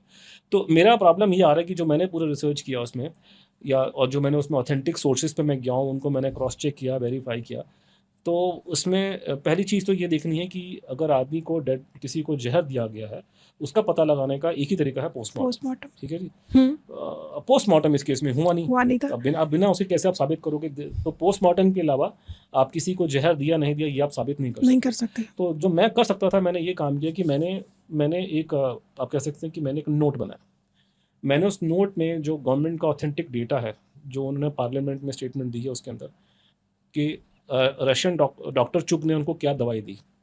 मैं तो डॉक्टर नहीं हूँ, मैं तो मेडिकल आदमी उस लाइन का आदमी नहीं हूँ। फिर जो रशियन डॉक्टर आए थे उन्होंने एम्बार्मिंग करी, तो उन्होंने कौन सा लिक्विड यूज़ किया उसमें दिया था उन्होंने। और ये सारी चीज़ें, उसके अलावा फिर उनकी जो बॉडी की फ़ोटोग्राफ ली गई थी उधर ताशकंद में, नॉर्मल थे। उसके बाद उनकी बॉडी जब भारत में लाई गई तो उसमें परिवार के लोगों ने क्या देखा, और लकीली एक अमेरिकन मैगजीन थी, लाइफ मैगजीन, जिसने उनकी रंगीन फ़ोटोग्राफ ली थी। तो उस ज़माने में काफ़ी क्लियर फोटोग्राफ है, तो उस रंगीन फोटो में आपको दिखाई दे रहा है कि वो ब्लू कलर का है। तो उसका हाई रेजोल्यूशन पिक्चर मैंने ले लूँ के ये सारा मिला करके मैंने एक नोट बना के मैंने सवाल पूछा उसमें कि क्या ये डेड बॉडी जो है ये हार्ट अटैक के मरने के वाले आदमी की है कि ये जहर वाले के उसकी है। उसके बाद मैंने क्या किया कि एक डॉक्टरों का फील्ड होता है फॉरेंसिक पैथोलॉजिस्ट, जो डॉक्टर पोस्टमार्टम वगैरह करते हैं या जहर को पकड़ते हैं। क्योंकि मुझसे पहले कुछ 2-4 लोगों ने किताबें लिखी, तो उन्होंने क्या कि किसी हार्ट के डॉक्टर से बात की थी जाकर के। भाई हार्ट का डॉक्टर तभी है जब तक आदमी जिंदा है, जाने के बाद तो पोस्टमार्टम वाला डॉक्टर देखेगा ना, वो तो चीर फाड़ करेगा अंदर देख करके। तो मैंने कोई 10 बहुत सी एक्सपीरियंस जिसमें से डॉक्टर्स जो हैं जो फॉरेंसिक पैथोलॉजी के एक्सपर्ट थे, उनको मैंने ये डाटा दिखा के पूछा भाई आपका क्या स्टैंड है इस पर। तो 10 के 10 लोगों ने मुझे बोला कि जहर है, ये मैच नहीं कर रहा। उसमें किस बेसिस पे बोला था? उसमें से 3-4 लोगों ने मुझे, क्योंकि ये कंट्रोवर्शियल केस है तो कोई अपना नाम इसमें देगा नहीं, लेकिन 3-4 लोगों ने अपना नाम से मुझे लिख करके रिटन में दिया, और रिटन में स्टेटमेंट मैंने अपनी किताब में, मेरी किताब आपको मैं उसको दूंगा, लिंक लगा देना, हिंदी में भी है, इंग्लिश में ओरिजिनल किताब है, उसका हिंदी एडिशन में, मराठी एडिशन भी है, वो आप लगा देना, ताकि लोग किताब पढ़े। उसमें छोटी सी है, बहुत ज़्यादा कॉम्प्लेक्स नहीं है। वो नेताजी वाली बहुत कॉम्प्लिकेटेड केस है, ये इतना कॉम्प्लिकेटेड नहीं है उस आपके कंपेरिजन में। तो वो उसमें जैसे फॉर एग्जांपल उसमें अलग अलग डॉक्टर्स ने अलग अलग, जैसे एक डॉक्टर सायंत हैं, वो जहर के स्पेशलिस्ट हैं। डॉक्टर अजय गुप्ता जो थे HOD थे कलकत्ता मेडिकल कॉलेज के। तो ये सारे मैंने अच्छे एक्सपर्ट लोगों से बात करी। अब जैसे फॉर एग्जांपल वो कह रहे हैं कि एम्बार्मिंग में इतना काला, रशियंस जो है वो एम्बार्मिंग एक्सपर्ट है। अगर आप गूगल सर्च करेंगे, जैसे लेनिन है, आपको शायद छोटे हैं उनको शायद पता नहीं होगा जो एज में, कि लेनिन का और स्टालिन का मुझे पता नहीं कहाँ गया, लेकिन लेनिन का शरीर उन्होंने रखा हुआ संभाल करके। ये तो मानते नहीं किसी चीज़ को, ये तो भगवान को, तो ये शरीर को संभाल के रखते हैं। तो वो आप म्यूजियम में जाकर देख सकते हैं उसको। तो लेनिन की बॉडी अभी भी रखी हुई है रशिया में, ठीक है। उसको आपको गूगल करेंगे दिखा दी जाएगी, आप खुद गूगल करके देखिए। वो इतनी बढ़िया एम्बार्मिंग की 1921 में कि ऐसा लग रहा है जैसे आदमी कल मरा हो। तो जो रशिया इतना बड़ा एक्सपर्ट है कि 1921 में मरे हुए लेनिन की बॉडी को बिल्कुल प्रिजर्व करके रखा हुआ है, क्योंकि वो बहुत बीमार होकर मरे थे। तो यहाँ पे इतना बड़ा आदमी का 1966 में जाकर डेथ हो रही है, जबकि 40 साल निकल चुके हैं, एडवांस इतना हो चुका है, और 4-5 घंटे में पूरा शरीर फूल गया ऐसे करके, ये हो गया वो हो गया, ये समझ में नहीं आ रहा। तो आपको लगता है इसमें तो कुछ उसमें जैसे डॉक्टर ने बताया, फैमिली के लोगों ने बोला कि उनके ना यहाँ पे था कुछ छेद टाइप था, यहाँ गर्दन के पीछे छेद था, यहाँ से खून सा निकल रहा था, और सारी उनकी टोपी और कपड़े लथपथ थे। अब डॉक्टर ने मुझे बताया कि ये जो शरीर फूला है ना, ये बॉडी सड़ने से फूलता है। सर्दी में टेम्परेचर दिल्ली में जनवरी में आपको पता है कि 3-4 डिग्री सेल्सियस होता है, ताशकंद में माइनस में होता है। कह रहा गर्मी में बॉडी सड़ती है 48 घंटे के बाद में। ये इतनी सर्दी में बॉडी के सड़ गई एकदम से, ये कौन सी ममिंग इन लोगों ने करी है। तो उन्होंने, तो सभी ने बोला कि ये तो दिखाई दे रहा है, कहते हैं ऐसे तो ये तो जहर का असर दिखाई दे रहा है, ये कोई नज़र ही नहीं आता। उन्होंने देख के मुझे कारण बताया करके, बॉडी ऐसे फूल सकते नहीं है। और ये यहाँ के बारे में उन्होंने मुझे बताया, डॉक्टर ने बड़ी अच्छी बात बताई कि होता क्या है कि अगर मान लीजिए कि आपको अगर पोस्टमार्टम अगर आप नहीं कर सकते, तो कुछ और तरीके होते हैं पता लगाने के लिए कि आदमी को जहर दिया। उसमें से तरीका होता है कि आप बॉडी में से अंदर से ऑर्गन निकालते हैं। अब यहाँ पे छेद है, यहाँ पे छेद है, यहाँ पे छेद, तो यहाँ से टेक्निकली वो निकाल सकते हैं। तो उनको लगा कि निकाला गया होगा, रशिया वाले भी इतने कच्चे नहीं हैं। अब इस पर आऊँगा मैं। दूसरा है कि आप उसमें से अलग अलग लिक्विड निकालते हैं। जैसे डॉक्टर ने भी बताया कि जो अपनी आँख है, आँख के अंदर जो हमारे ये हल्का सा पानी सा होता है इसके अंदर, ये से पकड़ लेते हैं वो लोग, क्योंकि कुछ शरीर का कुछ लिक्विड चाहिए, वो लोग निकालेंगे। एक्सपर्ट हैं कि इसमें से जहर है कि नहीं है, कि अगर पोस्टमार्टम अलाउड नहीं करना तो कुछ और मिल जाएगा। उसी में एक तरीका आता है, उसमें वो कहते हैं कि हमारा जो स्पाइनल फ्लूइड होता है, स्पाइनल कॉर्ड जो होती है, जो गर्दन से लेके पीछे से जाती है, इसमें एक फ्लूइड होता है, उसको भी वो टेस्ट करके जहर का पता लगा लेते हैं। अगर उसको निकालना हो, कहते हैं बेस्ट तरीका होता है कि हम बिल्कुल पीछे से पीठ के पीछे निकालते हैं। कुछ केसेस में हम लोग यहाँ भी छेद करते हैं गर्दन के। तो शास्त्री के परिवार ने जो बोला है कि गर्दन के पीछे जो छेद था, यहाँ से खून निकल रहा था, तो that is in all likelihood वो उन्होंने, रशियंस ने कोई छेद करके, ड्रिल करके कोई चीज़ निकाली है ये करने के लिए। अब इसमें मुझे आगे शक इस बात पे हुआ, भारत सरकार को मैंने आपको जैसे बताया कि इन्होंने बोला हमें किसी पे डाउट नहीं है, मोहम्मद जान पे डाउट नहीं है, हमें कभी शक नहीं हुआ, हमें कोई पोस्टमार्टम ऑफर नहीं किया। तो ये इनकी मैंने अपनी किताब में डेमॉन्स्ट्रेट किया कि ये लोग झूठ कह रहे थे। जैसे फॉर एग्जाम्पल, गलती ये हो गई कि उस जमाने में, क्योंकि पूरा का पूरा सिर्फ शास्त्री जी वहाँ अकेले नहीं थे ना, भारत का विदेश मंत्री वहाँ था, भारत का विदेश सचिव CS झा वहाँ पे थे, भारत का रक्षा मंत्री वहाँ था, गृह मंत्री वहाँ पे थे, गृह सचिव वो LP सिंह, ललन प्रसाद सिंह, बड़े जाने माने ICS ऑफिसर थे, वो मौजूद थे। इन्होंने बाद में 90 के दशक में जाके इनमें से झा ने और ललन प्रसाद सिंह ने, LP सिंह ने किताबें लिखी अपनी, कॉल ने भी किताबें लिखी कुछ करके। अब वहाँ उन्होंने इस एपिसोड को रिमेंबर किया, तो वहाँ पे वो आपस में प्रॉब्लम कॉन्ट्रडिक्शन, इन्होंने बोला कि मर गए नेचुरल डेथ से, लेकिन मेरे ख्याल से LP सिंह साहब के मुंह से गलती से निकल गया कि रशिया ने पोस्टमार्टम ऑफर किया था। तो मुझे ये प्रॉब्लम ये हो रही है कि जब गृह मंत्री पार्लियामेंट में कह रहा है कि रशिया ने हमें पोस्टमार्टम ऑफर नहीं किया, क्योंकि एलिगेशन आया कहाँ से, कांग्रेस की तरफ से, अपने महावीर प्रसाद सिंह से, कि रशिया को डाउट हुआ कि इसमें गड़बड़ है और उन्होंने पोस्टमार्टम ऑफर किया था, आपने मना करा। सरकार कहती नहीं, ये बात ठीक नहीं है, ठीक है, लेकिन उनके ये बोलने की 25 साल बाद जो आदमी भारत सरकार का गृह सचिव था, जो मौजूद था ताशकंद में, वो अपनी किताब में गलती से उसमें लिख दिया कि हाँ पोस्टमार्टम ऑफर हुआ था।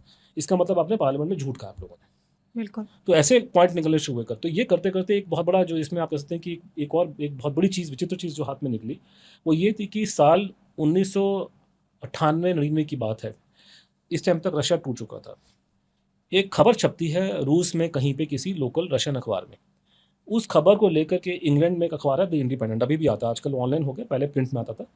तो द इंडिपेंडेंट ने उस पर एक खबर स्टोरी करी और मेरे को समझ में नहीं आ रहा, मैंने उस खबर को देखा साल 2001 के आसपास में, वो उस टाइम छप चुकी थी, कि किसी और की निगाह में खबर क्यों नहीं है। यहाँ तो सारे के सारे हमारे जितने इंडिया बैठे हैं, इनमें से आधे लोग तो बच्चे लंदन में बैठे होते हैं, इनको हमारे हाई कमीशन को खबर नहीं दिखाई दी वाली। उस खबर में बड़ी इंटरेस्टिंग बात थी, मैंने आपको बताया कि जब शास्त्री जी रात को अपने दाचा में आए थे, तो वहाँ पर रशियन कुक भी थे वहाँ पे कुछ, जो खाना बनाने में मदद कर रहे थे। तो उसमें से एक कुक था अहमद सतारॉव। तो अहमद सतारॉव का इंटरव्यू छपता है 1999 में रशिया में, और वो बात इंग्लैंड के, मुझे रशियन नहीं आती, लेकिन वो बात इंडिपेंडेंट में छपती है, और मैंने जाकर के मैंने भी पढ़ी वो, मेरे पास वो क्या था उसमें? उसने ये बड़ी इंटरेस्टिंग बात बोली कि जब इंडिया का PM मरता है, उसके 2 घंटे बाद रात को 3 बजे मुझे KGB ने अरेस्ट कर लिया जहर के चार्जेस पे। ठीक है, तो इसका मतलब जो ये बात लगातार लोग बोलते आ रहे हैं, इनफैक्ट मैंने ही इस बात को निकाल के साबित किया है कि ये सब लोग ये मानते थे कि शास्त्री जी का शरीर जब देखा लोगों ने भारत में, तब लोगों को डाउट हुआ। लेकिन अब हमारे सामने स्टेटमेंट आ रही है उस कुक की, जो रशिया में वाला कुक था, और वो बाद में वो कह रहा है कि रशियंस ने मेरे को अरेस्ट कर लिया 2 घंटे बाद। उन्होंने क्यों अरेस्ट किया था सर? उनको जहर का उनको डाउट था, रशियंस को। इसका मतलब ये कहानी कि जहर दिया गया, ये कहानी भारत की नहीं, ये कहानी रशिया में शुरू हो चुकी थी। तो इसका मतलब हमारी सिस्टम को वहाँ पे नहीं, मतलब ये करते करते ये हुआ। उसके बाद में तो ये खबर वहाँ से पकड़ में आती है। एक और चीज़ जो उसी समय काल में घटना घटती है, वो ये थी कि एक दिल्ली में जो सोवियत रशिया की, ये 89 की बात है, सोवियत रशिया जो है उसकी एम्बेसी थी, उसमें की उसकी एक मैगजीन आती थी सोवियत लैंड, मतलब सोवियत गवर्नमेंट की पत्र की मैगजीन दिल्ली में छपती थी, सोवियत लैंड उसे कहा करते थे। सोवियत लैंड में उन्होंने कोई आर्टिकल छापा, उस आर्टिकल को लिखने वाले कोई रिटायर्ड KGB का अफसर था, उसने ये बात उसमें लिख दी करते करते कि जब शास्त्री दाचा में उनकी डेथ हुई, तो हमने वहाँ पे वो ईव ड्रॉपिंग डिवाइसेस लगा रखे थे, उस रिकॉर्डिंग के डिवाइसेस सुनने के लिए उनको, हम जासूसी कर रहे थे उनकी, मतलब इनडायरेक्टली। और जब भारत के प्रधानमंत्री को सीजर आया है, हमको मालूम चल गया, और हमने नहीं बताया इनको, अगर हम बताते तो इनको मालूम चल जाता कि हम लोग जासूसी कर रहे हैं आप लोग की। तो पहली बात तो ये कि सीजर कहाँ से आ गई, कोई बात नहीं कर रहा कि बेहोश हुए थे, ये बात कहीं नहीं निकल के आ रही। सब लोग कहते हैं कि हार्ट अटैक हुआ था, ये कह रहे हैं कि सीजर आया, KGB का आदमी बोल रहा है। तो ये इनको, उन्होंने बोला हमने इसलिए नहीं बताया क्योंकि अगर इनको बताते इंडियंस को, तो इनको समझ में आता है कि ये ऑब्वियसली उनके पूरी वायर टैपिंग चल रही है, उनकी जासूसी हो रही है ऊपर से। मुझे इस बात का प्रॉब्लम ये हो रहा है कि ये घटना 88-89 की है, दिल्ली में सोवियत एम्बेसी की मैगजीन में ये खबर छपी, और ये हमारे जो विदेश मंत्रालय के लिए जितने सारे बैठे हुए, जिनके सारे बच्चे अमेरिका और यूरोप में बैठे हैं आज, हैं, इनमें से किसी आदमी ने नहीं सोचा कि हमको रशियन गवर्नमेंट से बात करनी चाहिए।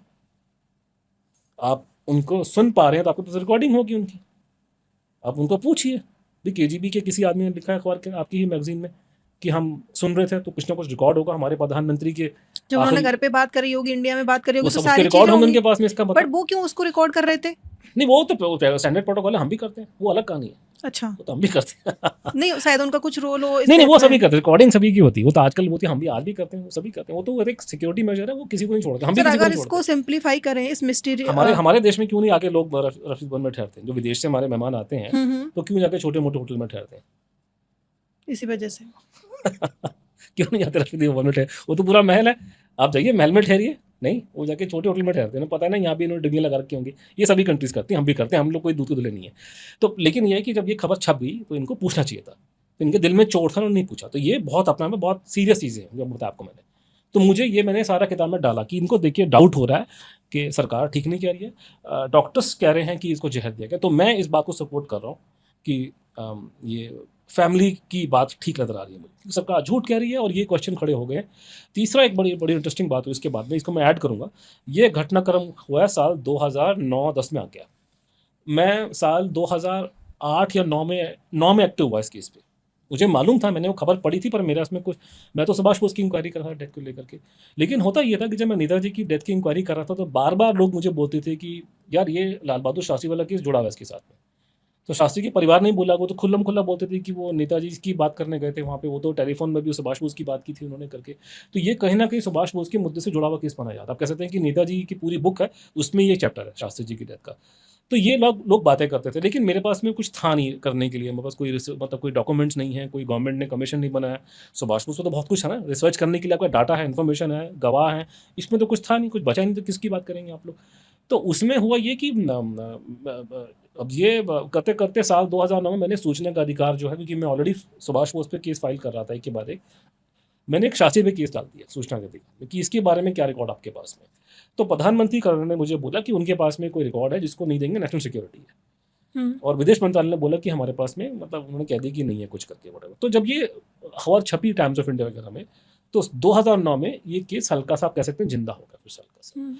उसके बाद में बड़ी इंटरेस्टिंग कहानी हुई कि उस जमाने में दो घटनाक्रम हुए। पहला घटनाक्रम कि कुलदीप नैयर जी जो पत्रकार थे बड़े सीनियर, बाद में मेंबर ऑफ पार्लियामेंट भी थे, हमारे हाई कमिश्नर थे मेरे ख्याल से कहीं और कंट्री में। कुलदीप नैयर ने 1966 से लेकर के साल 2010 तक कभी कुछ नहीं बोला इस केस के बारे में, लेकिन 2010 में उन्होंने पब्लिक स्टेटमेंट दिया कि हमें डाउट था कुछ गड़बड़ हुई है। फिर उनका इंटरव्यू आया टीवी में, उस ज़माने में करण थापर ने लिया था। तो उन्होंने वहाँ पे उन्होंने बोला कि बाद में टीएन कॉल जो थे हमारे, वो हमारे एम्बेसडर थे रशिया में उस टाइम पे, और 66 के रशिया के बाद वो भारत में फॉरेन सेक्रेटरी बन करके आए। जब ये खबर मार्केट में उड़ी कि उनको जहर दिया गया, तो मुझे टीएन कॉल ने फ़ोन करके बोला कि इस इशू को दबा दो। अब इमेजिन कीजिए कि फॉरेन सेक्रेटरी आज के ज़माने में किसी सीनियर पत्रकार को बोले कि ये खबर को काउंटर कर, तो क्या बवाल मचेगा। तो ये इसका मतलब दिस हम गड़बड़ दिया, नंबर 1। नंबर 2, जब ये खबर उछली यहाँ पे, तो रशिया में उनका एक पेपर है, उसमें डिटेल में खबर छपी अहमद सत्ताराव के बारे में साल 2011 के आसपास में। उसमें उन्होंने बड़ी इंटरेस्टिंग बात बोली। उसमें अहमद सत्ताराव का इंटरव्यू डिटेल में आया। पहले 1999 का इंटरव्यू बहुत छोटा था। इसमें अहमद सत्ताराव ने बताया कि रात को 3 बजे केजीबी का जो वीआईपी सिक्योरिटी ब्रांच है उसने हमको उठा लिया और हमको पकड़ करके किसी शहर के दूसरे किसी जगह पे ले गए, मेरे को और मेरे साथी को, दोनों कुक को। और हमारी ऐसी खतरनाक इंटरोगेशन हुई है कि मेरा जो दोस्त है उसके बाल डर के मारे सफ़ेद हो गए रात। ऐसा शौक लगा उसको कि बाल सफ़ेद हो गए रात को डर के मारे पूरे। कह रहा मेरी अभी से लेकर मेरे को हकलाने की बीमारी हो गई है डर के मारे, ऐसी इंटरोगेशन मारी करी। फिर उसमें जो इंपॉर्टेंट बात आ रही है, क्योंकि ये बात तो पहले भी मुझे मालूम थी, उसने बात बड़ी इंटरेस्टिंग बोली कि थोड़ी देर बाद वो भारतीय कुक को लेकर के आया। Now please understand one thing, this is very very interesting. जब भारत सरकार के सामने पार्लियामेंट में बोला गया कि ये कुक का नाम लिया, तो सरकार ने कहा कि हमें इस पर डाउट करने का कोई रीजन नहीं। ठीक है, नाउ रशियन कुक कह रहा है कि इसकी भी इंटरोगेशन हुई थी ना, कुक भारत सरकार का एम्प्लॉय है, तो केजीबी उसको बिना भारतीय गवर्नमेंट के नॉलेज के, और खासकर हमारा जो एम्बेसडर था वो एक नंबर का मुंहफट किस्म का बदतमीज आदमी था, टीएन कॉल, दुनिया भर में जाके बड़ी बड़ी बातें बोलता था, दूसरों के एलिगेशन लगाता था।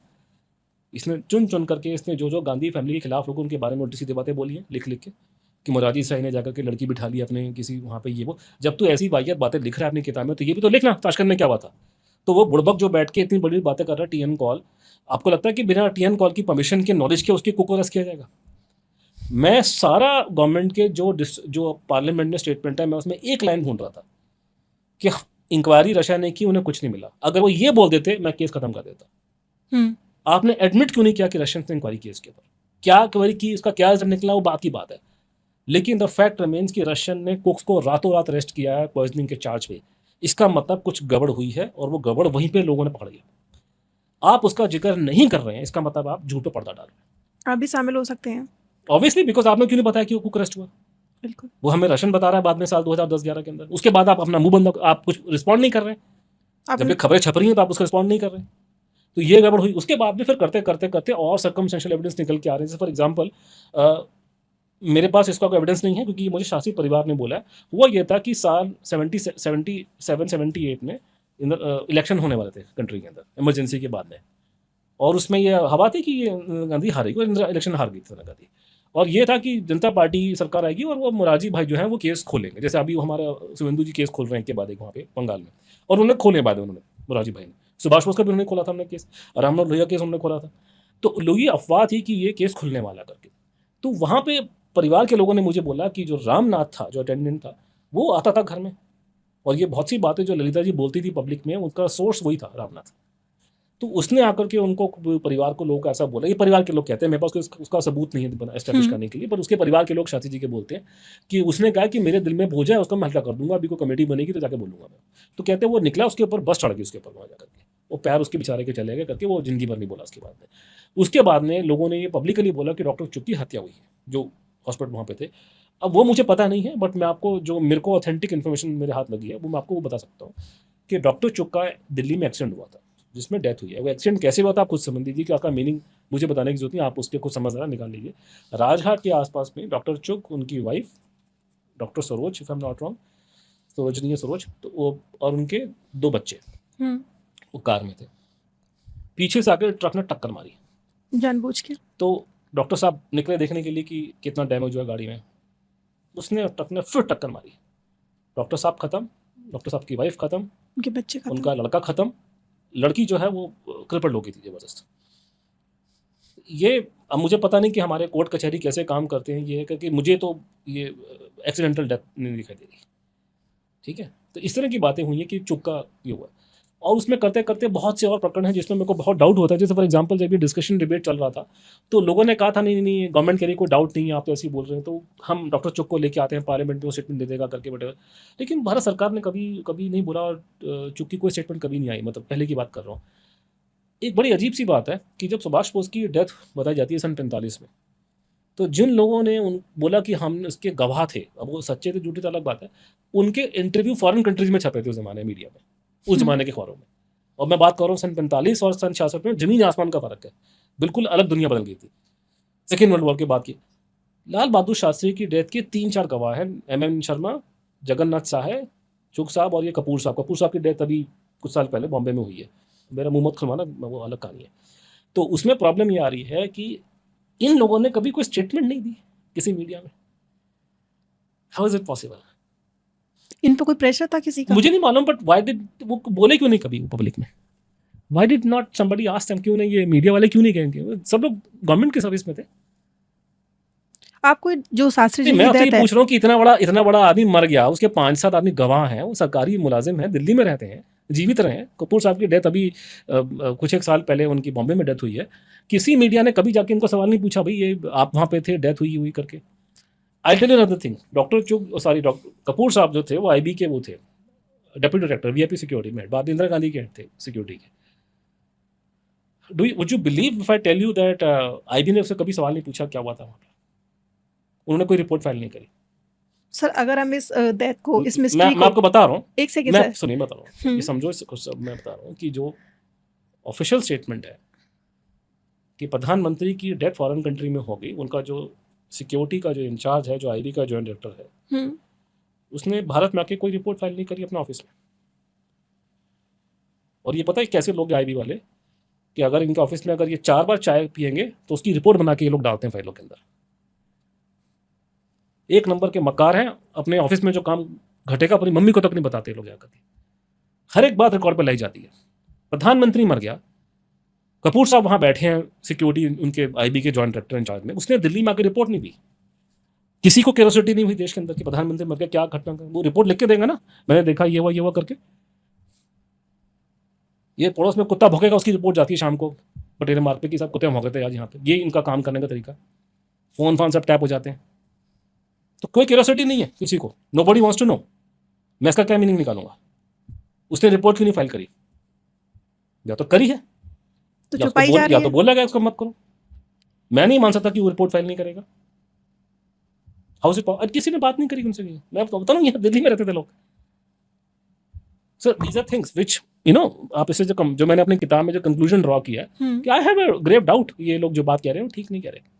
एंड कपल विद दैट वो डॉक्टर का एविडेंस है कि सब वो मैच नहीं कर रहा, वो नहीं कर रहा, ये कहानी है। ये मैंने आपको ब्रीफ समझा दिया, मोटा मोटा किताब पढ़ेंगे उसमें दिखाई देगा। सर मेरे इसमें अब 2-3 क्वेश्चंस हैं। सबसे पहला क्वेश्चन तो ये, जो हमने ये थ्योरी समझी है, इनमें से कौन सी थ्योरी आपको लगता है कि सही है आपके देखिए मैंने कहा according? कि मोटी थ्योरीज में दो ही है ना, नेचुरल डेथ और और एक एक जहर वाली डेथ। जहर वाली जो death। मेरा मानना है कि ऑन अवेलेबल एविडेंस, फ्यूचर में कुछ और निकल के आ जाए मुझे पता नहीं है, बट मैं तो डाटा पे चलूंगा जो अभी मेरे सामने है। अभी तक जो मेरे सामने डेटा है, जो उसकी रीडिंग मैंने बिल्कुल ऑब्जेक्टिवली करी है, विदाउट बीइंग कोई विदाउट एनी प्रेजुडाइज और कोई पार्शलिटी दिखा के नहीं, आपको मेरी किताब में दिखा दी जाएगा। मैं किसी एक ही कहने पे नहीं चल रहा हूँ, अलग अलग मैंने जैसे सब अडवाणी जी के बोलने का मैंने कोट नहीं किया, मैंने कांग्रेस के लोगों को भी कोट किया है, सभी को लेकर चल रहा हूँ। तो मेरे हिसाब से जहर वाली कहानी मुझे अनफॉर्चुनेटली ठीक दिखाई देती है।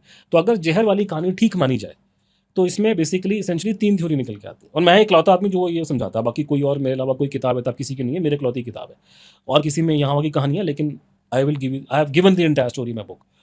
उसमें 3 थ्योरियाँ मोटी मोटी निकल के आती हैं। एक तो है कि रशिया ने मार दिया, KGB ने मार दिया, हाँ। दूसरा है कि अमेरिकन CIA ने मार दिया, और तीसरा जो है कि इंटरनल हैंड है इसके अंदर।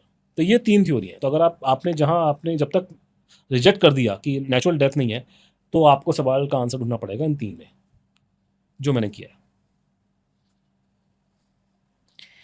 इन सब चीज़ों को लेकर तो ऐसा ही लगता है कि हमारे इंटरनल जो उस टाइम पे जो टीम थी वो ज़्यादा मिली हुई है, क्योंकि सब पे प्रेशर डाला, किसी ने कुछ भी नहीं बोला। अब उसमें एक तो कारण ये है, दूसरा कारण ये है कि मुझे पहले ये देखना पड़ेगा कि जैसे KGB वाली कहानी कितनी सच है, और मुझे देखना पड़ेगा कि CIA वाली कहानी कितनी सच है। ठीक है ना? आपने देखा है वो? हाँ, मैंने उसको स्टडी किया। तो मोटा-मोटा उनमें क्या उसका है? मोटा मोटा उसका लबोलबाब ये है कि लेट अस से पहले बात करते हैं KGB वाले की, ठीक है। KGB ने मार दिया। ठीक है, हम्म। वैसे ये एविडेंस नहीं है, लेकिन ललिता शास्त्री भी इस बात को नहीं मानती थी। ठीक है, और घर बुला के क्यों मारेंगे, उनको ये बोला था, ये बात बिल्कुल ठीक है, लॉजिकल है। किसी को मारना होगा तो, और खासकर ये इतनी बड़ी कंट्री और उस जमाने में किसी को मारने पे निकला है तो बहुत तरीके हैं मारने के, और आपको पता भी नहीं चलेगा बाद में कौन कहाँ गया। ठीक है, वो घर बुला के मारने का सीन नहीं है, वो इट्स वेरी स्टूपिड। बट ये थ्योरी जो बहुत ज़्यादा बड़ी है, इसमें एक अलग सी एक बड़ी अंदर एक बहुत बड़ी कहानी निकल के आती है, जिसको मैंने पहली बार मैं गुजरात में लेक्चर के लिए गया था, वडोदरा में, तो मैंने वहाँ सुनाई थी, और लोगों को मैंने सवाल पूछा, भाई आप लोगों ने कभी दाहिया भाई पटेल का नाम सुना है कभी? तो किसी को दाहिया भाई पटेल का नाम नहीं पता उस जमाने में, अभी भी शायद पता नहीं होगा दाहिया भाई पटेल। मैं तो गुजरात में किसी को पता नहीं, बाद में खबर आई है मेरे ख्याल से गुजरात समाचार में, मैंने जब बोला उसकी बात, तो सरदार पटेल के लड़के का नाम है दाहिया भाई पटेल, और वो मेंबर ऑफ पार्लियामेंट थे। और जब ये डिबेट उछली है शास्त्री की डेथ की, वो उसने काफ़ी इसमें इंटरेस्ट लिया उन्होंने, और 1970 में उन्होंने एक बुकलेट छापी इसके ऊपर, वॉज शास्त्री मर्डर्ड। ठीक है, दाहिया भाई पटेल, सरदार पटेल के लड़के ने, और उसमें उन्होंने वो बुकलेट मैंने ढूंढा सब जगह यहाँ भारत के अंदर, मुझे नहीं मिली। जैसे सबसे बड़ी लाइब्रेरी लोगों को पता नहीं होगा, यहाँ पे दिल्ली में जो बहुत अच्छी लाइब्रेरी है, उसमें आपकी सेंट्रल सेक्रेटरीट की लाइब्रेरी है यहाँ पे, ये आपकी, और आपका शास्त्री भवन के अंदर, जो आपका जहाँ पे हमारा जो सारी गवर्नमेंट ऑफ इंडिया की जो प्रेस कॉन्फ्रेंस होती है शास्त्री भवन में होती है यहाँ पे आपके, इधर यहाँ पे, तो उसका नाम ही शास्त्री भवन है, बिल्डिंग इन्फॉर्मेशन ब्रॉडकास्टिंग मिनिस्ट्री का हेडक्वार्टर मेरे से। तो वहाँ पे अंदर सेंट्रल रेफरेंस लाइब्रेरी है, इधर सेंट्रल रेफरेंस लाइब्रेरी, और दुनिया जहान भर के अंग्रेजों के जमाने के क्वार्टर, तो वहाँ नहीं मिली मुझे वो। छोटी मोटी लाइब्रेरी भूल जाइए आप। फिर आपकी जो भारत की जो नेशनल लाइब्रेरी है वो कलकत्ता में, नेशनल लाइब्रेरी दिल्ली में नहीं है, कलकत्ता में, जो नेशनल लाइब्रेरी से बोलते हैं, वहाँ पे भी आपको दुनिया जहाँ मिलियंस ऑफ बुक्स हैं वहाँ पे, मतलब छोटे छोटे कागज ये सब कुछ मिल जाएगा आपको। मुझे वहाँ भी नहीं मिली ये किताब, तो मुझे लगता है कि किताब को यहाँ से हटा दिया गया, बुकलेट है लेकिन हटा दिया, बिल्कुल छोटी मोटी किताब मिल जाएंगी, ये नहीं मिलेगी आपको वहाँ पे। ये जाके मुझे अमेरिका में जाके मिली कहीं पे। तो दाहिया भाई पटेल ने सीधा एलिगेशन लगाया कि इन्होंने मारा, हमारे लोग इन्वॉल्व हैं, किस एविडेंस के ऊपर? और उन्होंने KGB के उन्होंने बात करी। ठीक है, अब उसमें बात एविडेंस की आती है, मैं उसको रिजेक्ट कर रहा हूँ कि जो बातें वो बोल रहे हैं दाहिया भाई पटेल अपना जो आर्गूमेंट दे रहे हैं कि रशियन वाले लोगों को मारते थे, ये करता था वो करता था, और उन्होंने कुछ चीज़ें तो दिखाई दे रही कि पोस्टमार्टम अगर भारत सरकार नहीं चाहती तो उनका कसूर नहीं है ना, वो बिना भारत गवर्नमेंट ऑफ इंडिया की परमिशन के पोस्टमार्टम नहीं करेंगे। लेकिन वही बात घूम फिर के आ रही है कि आप अपने आप को उनके जूतों में रखोगे, अपने you go into their shoes and see the world from their eyes, कि इतना बड़ा दुनिया में आपने एक वोट करवाया आपने उनका। जो मैं पहले अपनी कि दाहिया भाई पटेल ने किया, दाहिया भाई पटेल ये बोल रहा है कि जो ताशकंद का समझौता जो हुआ था, वो उसमें शास्त्री का स्टैंड बहुत हार्ड था पहले से, लेकिन वहाँ जाके उनका स्टैंड चेंज हो गया। रशियन प्रेशर में आकर के, नंबर 1। नंबर 2, उनके हिसाब से मारने का मोटिव ये था कि शास्त्री उनके रशियन प्रेशर में आकर के वहाँ पे समझौते में साइन करके आ गए, लेकिन भारत में आकर के ऑब्वियसली वो पलट जाते उससे। तो इसलिए उनको वहाँ अगर हम उनको ख़त्म कर देते हैं तो उसके 2 फ़ायदे होंगे। एक तो उनकी उनकी उनकी मौत से जो दुख की लहर देश में जाएगी, लोग वो सब बातें उसको भूल जाएंगे। तो कई बातें वो बोल रहे हैं जो लॉजिकली सुनने में लगता है कि हाँ इट इज़ पॉसिबल, लेकिन प्रॉब्लम वही घूम फिर के आ रही है कि कोई इतना बड़ा देश सोवियत रशिया, भारत जैसा बड़ा देश जिससे उनकी दुश्मनी नहीं है, उसके राष्ट्राध्यक्ष को बुलाता है अपने देश में, राष्ट्र गवर्नमेंट के गेट ऑफ द गवर्नमेंट को बुलाता है, और पूरी गवर्नमेंट हमारी बैठी है, हमारे पूरे होम मिनिस्टर बैठा है, होम सेक्रेटरी वहाँ बैठा है, ताशकंद में अकेले नहीं कहते, इंटरनेशनल मीडिया बैठा है।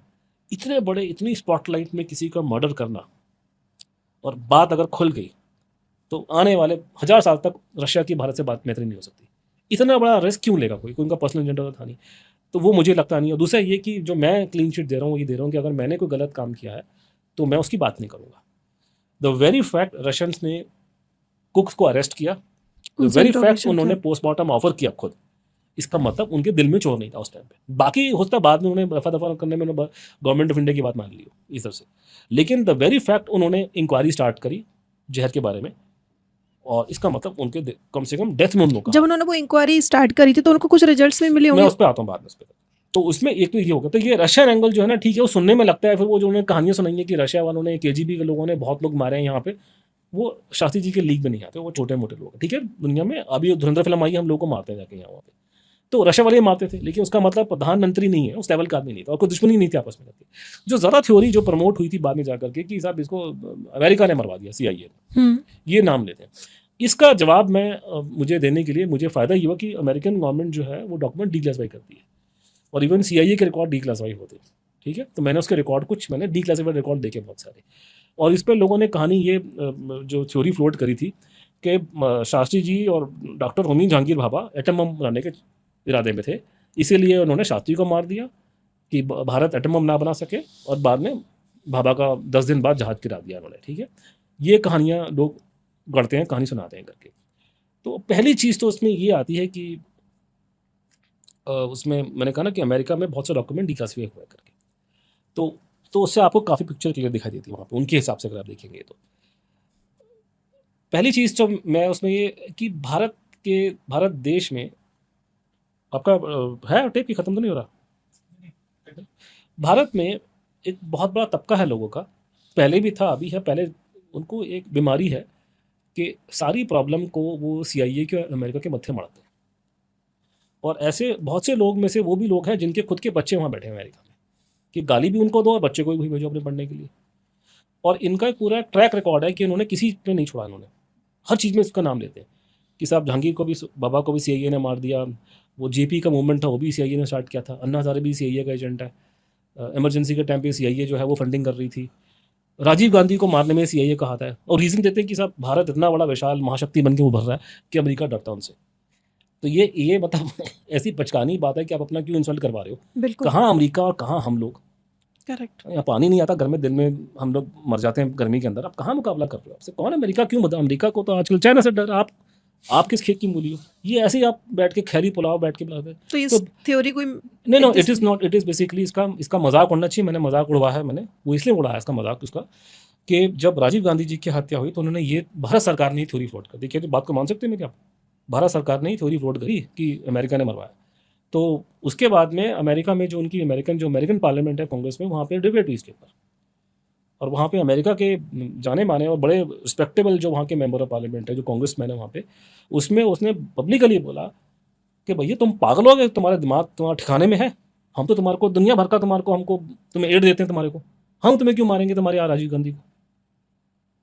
उसने कंप्लीट, वो डग भी लेटर था, उसने दबा के इनकी बेसिस में दिमाग का इलाज करो आपने, हमने किसी को नहीं मारा आपके यहाँ पे, हम तो आपको एड देते हैं, हम तो चाहते हैं आप लोग गरीबी से बाहर आइए, आप लोग हमें क्यों ब्लेम कर रहे हो इसके अंदर, क्या दिमाग में आपके ठिकाने में। तो ये वाहियात किस्म की बातें हैं, कोई इसका लॉजिक सिर पैर नहीं है। अपने आप को लगता है कि साहब मैं बहुत बड़ा 30 मार खाऊंगा कि अमेरिका आपसे डरा हुआ है, तो गलत है, नॉनसेंस है। दूसरा मैंने कहा, to be precise on the Shastri case, CIA की रिपोर्ट्स अवेलेबल हैं बहुत हाईएस्ट लेवल की, जो डिक्लेयर हो चुकी है। लाल बहादुर शास्त्री ताशकंद जाने से पहले भारत सरकार ने अमेरिकन गवर्नमेंट से बता के गए थे उनको, नंबर 1। नंबर 2, अमेरिकन सरकार चाहती थी कि ये लोग वहाँ चले जाए, उन्होंने उनके बारे में बिल्कुल बुरा नहीं लिखा किसी के बारे में, उनके इंटरनल रिकॉर्ड हाईएस्ट लेवल के प्रीज ही कर रहे हैं उनको। तीसरा ये CIA के असेसमेंट बड़े क्लियर थे कि भारत जो है एटम बम शास्त्री के अंदर में नहीं बना रहा। डॉक्टर होमी जहांगीर बाबा ने खुद चिट्ठी लिख करके बोला शास्त्री जी को कि हम एटम बम नहीं बना रहे। ये बकवास है, कोई इरादा नहीं था उनका बम बनाने का। दूसरा ये कि आदमी दुश्मन को मारता है। सारे अमेरिकन रिकॉर्ड में उस जमाने में शास्त्री को अच्छा बताया गया, उनकी तारीफ CIA ने तारीफ करी कि he is doing good.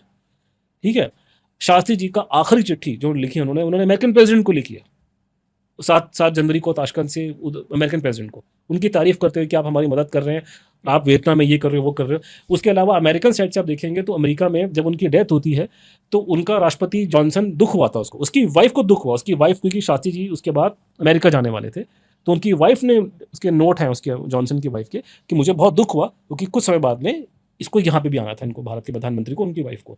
Johnson की रिकॉर्डिंग अवेलेबल है, वो दुखी मन से कह रहा है कि एकदम से चला जाना अच्छी बात नहीं है, तो मैं जाऊँ क्या उसके जब उनके अंतिम संस्कार में, तो उसको वाइस प्रेसिडेंट कहता है कि आप मत जाइए, हमारा प्रोटोकॉल नहीं है, तो मैं जाऊँगा। उनका उपराष्ट्रपति यहाँ पर है, कोई भी आपको दूर दूर तक नजर नहीं आएगा, वो किसी के बारे में बुरी बातें नहीं कह रहे वहाँ पे। ये आपके ख्याली पुलाव यहाँ पे लोगों के हैं, उन लोगों के हैं जिनके खुद के बच्चे अमेरिका में बैठे हुए हैं। ये डबल गेम खेलते हैं बैठ करके कि राजीव गांधी पढ़ रहा है हार्वर्ड यूनिवर्सिटी में और गाली आप दे रहे हैं कि साहब अमेरिका ने मार दी। किसने मारा? उस टाइम पे आपको मालूम है कि अमेरिका में कौन प्रेसिडेंट था, कौन डायरेक्टर था? जॉर्ज बुश की बहुत अच्छी बातचीत थी राजीव गांधी के साथ में। इतना दुख हुआ था उसको बेचारे को जब राजीव गांधी की डेथ की हत्या हुई है। तो सोच समझ की बात करो। फिर वही कांग्रेसी कह रहे हैं कि साहब रीगन ने तो छतरा लेकर के राजीव गांधी को छोड़, साहब उसी रीगन पे एलिगेशन लगा रहे हो आप। तो कोई सिर पैर नहीं, उल्टी सीधी बातें लोगों को भड़काने के लिए बोलते। कोई अमेरिका इसमें इन्वॉल्व नहीं है। वो बेचारे वो भी दुखी थे और उन्होंने किसी पे इल्जाम नहीं लगाया। तो इसमें इन्वॉल्व कौन था, कौन सी थ्योरी करेक्ट है? इसमें से थ्योरी जो है वो थर्ड वाली थ्योरी में कुछ झोल आ रहा है कि यहाँ पे इंटरनल कुछ प्रॉब्लम हुई है, क्योंकि यहाँ गवर्नमेंट के लोगों ने बात को दबाया है, झूठ का है, ये लोग इंक्वायरी नहीं कराना चाहते। तो प्रॉब्लम यहाँ पर है। दर्द मेरे पेट में मेरे प्रॉब्लम है और मैं दूसरों को जाके बोल रहा हूँ कि आपके पेट में क्या, अपने पेट में देख पहले। और उसमें एक आदमी का नाम निकल के आता है बीच में, क्योंकि पार्लियामेंट में तो लोगों ने नाम लिए कांग्रेस के लोग, जब पार्लियामेंट डिबेट हुई है करके, तो उसमें नाम लिए, लेकिन देखिए वो इंक्वायरी जब नहीं हुई तो अभी उसको बताना बड़ा मुश्किल है। जयंती तेजा, धर्मा तेजा नाम का एक आदमी का नाम लिया गया पार्लियामेंट की डिबेट्स में। तो जयंती धर्मा तेजा वो था जैसे आजकल आपका विजय मल्ल्या नहीं है, विजय मल्ल्या टाइप, बोलते विजय मल्ल्या का बाप है, मतलब ये न्यूक्लियर फिजिसिस्ट था। पहली बीवी इसकी अमेरिकन थी, वो बीवी मर गई, पता नहीं कैसे मर गई एकदम से। दूसरी कोई इसने शादी कर ली किसी सोशलाइट के साथ में। वो दोनों मिलके ये सारी पार्टियों में आते थे करके, इनको गवर्नमेंट से बड़े फंड मिल गए, फिर उन्होंने कोई शिपिंग ट्रस्ट स्टार्ट कर दी, उनके पूरे दुनिया में ऑफिस खुल गए। जब संजय गांधी जी जाते हैं लंदन में तो ये उनका केयर टेकर था। तो कोई जयंती धर्मा तेजा नाम का कंट्रोवर्शियल आदमी जो इनका बड़ा क्लोज में था, वो TN कॉल का दोस्त था। लोगों ने सवाल पूछे, अडवाणी जी का सवाल था कि गवर्नर से पूछा उन्होंने पार्लियामेंट में कि ये जयंती धर्मा तेजा क्या वहाँ पे था ताशकंद में उस टाइम पे? तो कहते नहीं, आप गलत कह रहे हो, वो तो DS तेजा जी थे, वो तो विदेश मंत्रालय के ऑफिसर थे करके।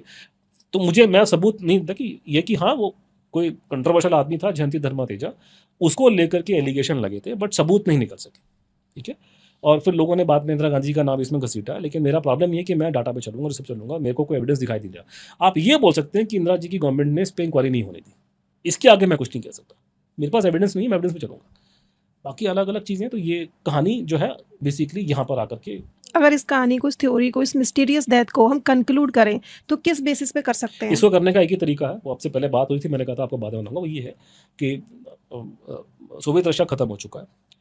सोवियत रशिया जो नया कंट्री है रशिया, जो सोवियत रशिया का सक्सेसर स्टेट है, इन्होंने अपने पुराने पापों को डिसोन कर दिया। बहुत से खुल्लम खुल्ला उन्होंने डिसोन कर दिया कि हमने नहीं कुछ किया, जो किया वो कम्युनिस्टों ने किया था। तो वो तो उन्हें शर्म नहीं है बोलने में। बहुत से ऐसे केस हुए हैं देश में, विदेशों में, जहां रशिया ने कुछ गलत काम किए थे 70-80 साल पहले, और विदेशों ने जब उनकी डिमांड की तो उन्होंने एडमिट कर लिया। ठीक है, तो भारत सरकार ने कभी अप्रोच नहीं ली। लोगों ने बोला था कि आप सुभाष बोस के बारे में पूछो, उनसे उन्होंने पूछने से मना कर दिया, तरीके से नहीं पूछा। तो उसमें यह है कि हमें ये करना ये चाहिए कि कॉमन सेंस की बात है कि उस आदमी की डेथ सोवियत रशिया में हुई, हमारे प्रधानमंत्री की। KGB ने पूरा एरिया अपने कंट्रोल में ले रखा था। KGB ने उसको अरेस्ट किया। देयर इज़ अ टेलीटेल साइन कि उनके बॉडी में से उन्होंने कुछ निकाले हैं, ऑर्गन या कुछ निकाला है, क्योंकि वो उनका प्रोटोकॉल था उस जमाने में। तो इसका मतलब ये कि KGB ने उस पर रिपोर्ट बना के रखी होगी। हमारे यहाँ तो मैंने कहा ना, हमारे तो यहाँ पे कुत्ते भौंकेंगे उसकी रिपोर्ट जाती है IB के पास में, तो KGB क्यों रिपोर्ट नहीं बनाएगी? जब उन्होंने ये सारी चीजें करी, भाई मेरे घर में आके कोई बंदा मर जाए उसकी रिपोर्ट बनाऊंगा नहीं क्या? कल को मेरे मथे मार दोगे आप लोग। तो it is much more serious than that. So there will be lot of documents, prime minister, lot of documents और खासकर जो उनकी रशियन इंटेलिजेंस एजेंसी के पास में केजीबी, जो उसको बोलते हैं केजीबी, उसके पास में अभी उसका नाम हट के नाम चेंज हो गया, पता नहीं एसवीआर कहते हैं वटेवर, उसके बहुत से उनके पास में पूरा डॉजियर होगा इसका। तो भारत सरकार को ये काम करना चाहिए कि उससे डॉजियर मांगे, दैट्स ऑल। और आप कुछ नहीं कर सकते, सब लोग मर चुके हैं, कोई इंक्वायरी वो जो डॉजियर में लिखा होगा वही आपको बता देगा कि वो जहर हुआ था कि नहीं। रशियन ने प्रॉपर इंक्वायरी की होगी, लेकिन हमारी सरकार पूछने को राजी नहीं हो रही। हमारी सरकार इस केस को इतना इग्नोर क्यों कर इग्नोर रही इसलिए है? करती है कि लोगों में कोई इंटरेस्ट नहीं है। आप बैठ के यहाँ पॉडकास्ट कर रहे हैं जिसमें कुछ पढ़े लिखे 4 लोगों ने देख लिया।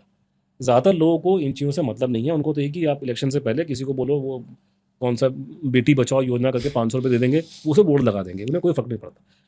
उनकी बला से अलाउद्दीन खिलजी आ जाए पावर में, चाहे कोई है, उनको पैसे से मतलब है। मुझे 500 रुपये मिल जाएंगे, 500 रुपये में मैं वोट दे दूंगा अलाउद्दीन खिलजी को, औरंगजेब को।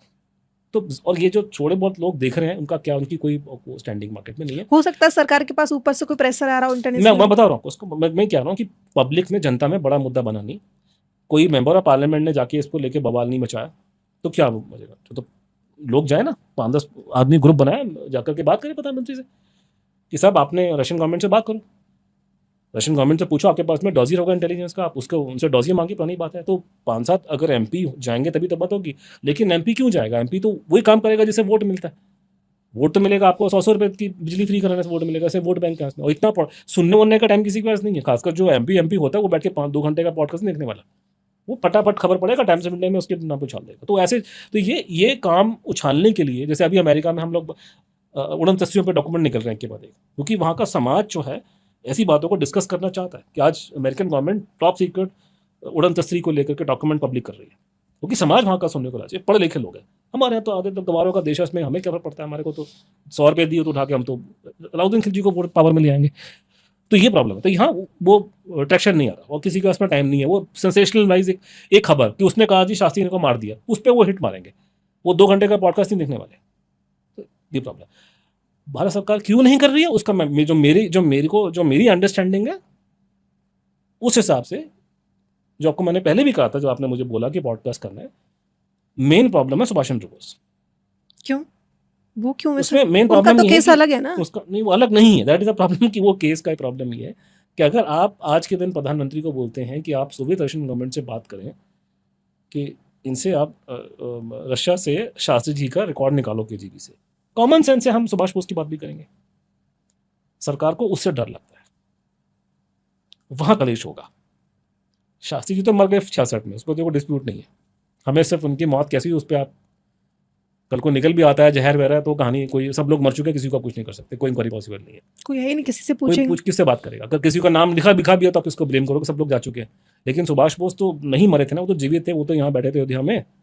उसके साथ 50 और पेंच खुल रहे हैं ट्रांसफर ऑफ पावर के, 50 चीज जिसका अभी जिसका इम्प्लीकेशन है अभी आज के दिन में। तो उसमें अब जैसे एग्जाम्पल मैं आपको देता हूँ कि ताशकंद जाने से पहले शास्त्री जी कलकत्ता गए, और कलकत्ता में रेड रोड नाम की एक रोड थी अंग्रेजों के जमाने, उसका नाम अभी चेंज हो गया, शायद इंदिरा गांधी रोड हो गया, वटेवर। वहाँ पे पहली बार ढंग की मूर्ति सुभाष बोस की लगी है ना। सोचने वाली बात है, उन्होंने वहाँ जाके कुछ नहीं बोला उन्होंने, लेकिन मैं आपको बता रहा हूँ, सोचने वाली बात ये है कि शास्त्री जी जो थे, 23 जनवरी को सुभाष बोस का जन्मदिन है। आप 28 दिसंबर को क्यों जा रहे हैं वहाँ पे? अगर नेताजी की पहली बार अच्छी मूर्ति, बड़ी स्टैंडर्ड की मूर्ति कलकत्ता के बहुत अच्छे स्थान पे, और उस टाइम में बहुत बढ़िया जगह थी, आजकल वाला कलकत्ता नहीं है, वो बहुत भारत का नंबर 1 शहर था ज़माने में, उसमें आप इतनी बड़ी रोड पे इतनी उनकी भव्य मूर्ति लगा रहे हैं, आप 28 दिसंबर को क्यों जा रहे हैं? आप 1 महीने बाद जाइए ना। लेकिन वो गए कि ताशकंद जाने से पहले मैं जाऊँगा वहाँ पे, और वहाँ पे जाकर के सुभाष बोस के परिवार के लोग उनसे मिले। बाद में उन्होंने स्टेटमेंट दिया कि हम लोगों ने उनको बोला कि आप नेताजी की बात करना वहाँ पे, और उन्होंने हमें बोला कि हम बात करेंगे।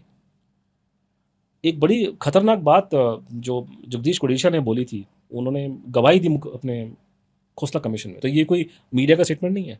जगदीश कोडेशिया जो शास्त्री जी के बहुत बहुत खास थे, कोई डिस्प्यूट नहीं करेगा किसी की जगह, पूरे शास्त्री परिवार को पूछिए कोडेशिया जी कौन थे, सबको पता है। बड़े आदमी, अच्छे खाते पीते अमीर, बड़ी कोठी उनकी यहाँ पे, जहाँ पे रेंटू ले रही है उसके पास, उनके बच्चे अभी भी हैं बड़े।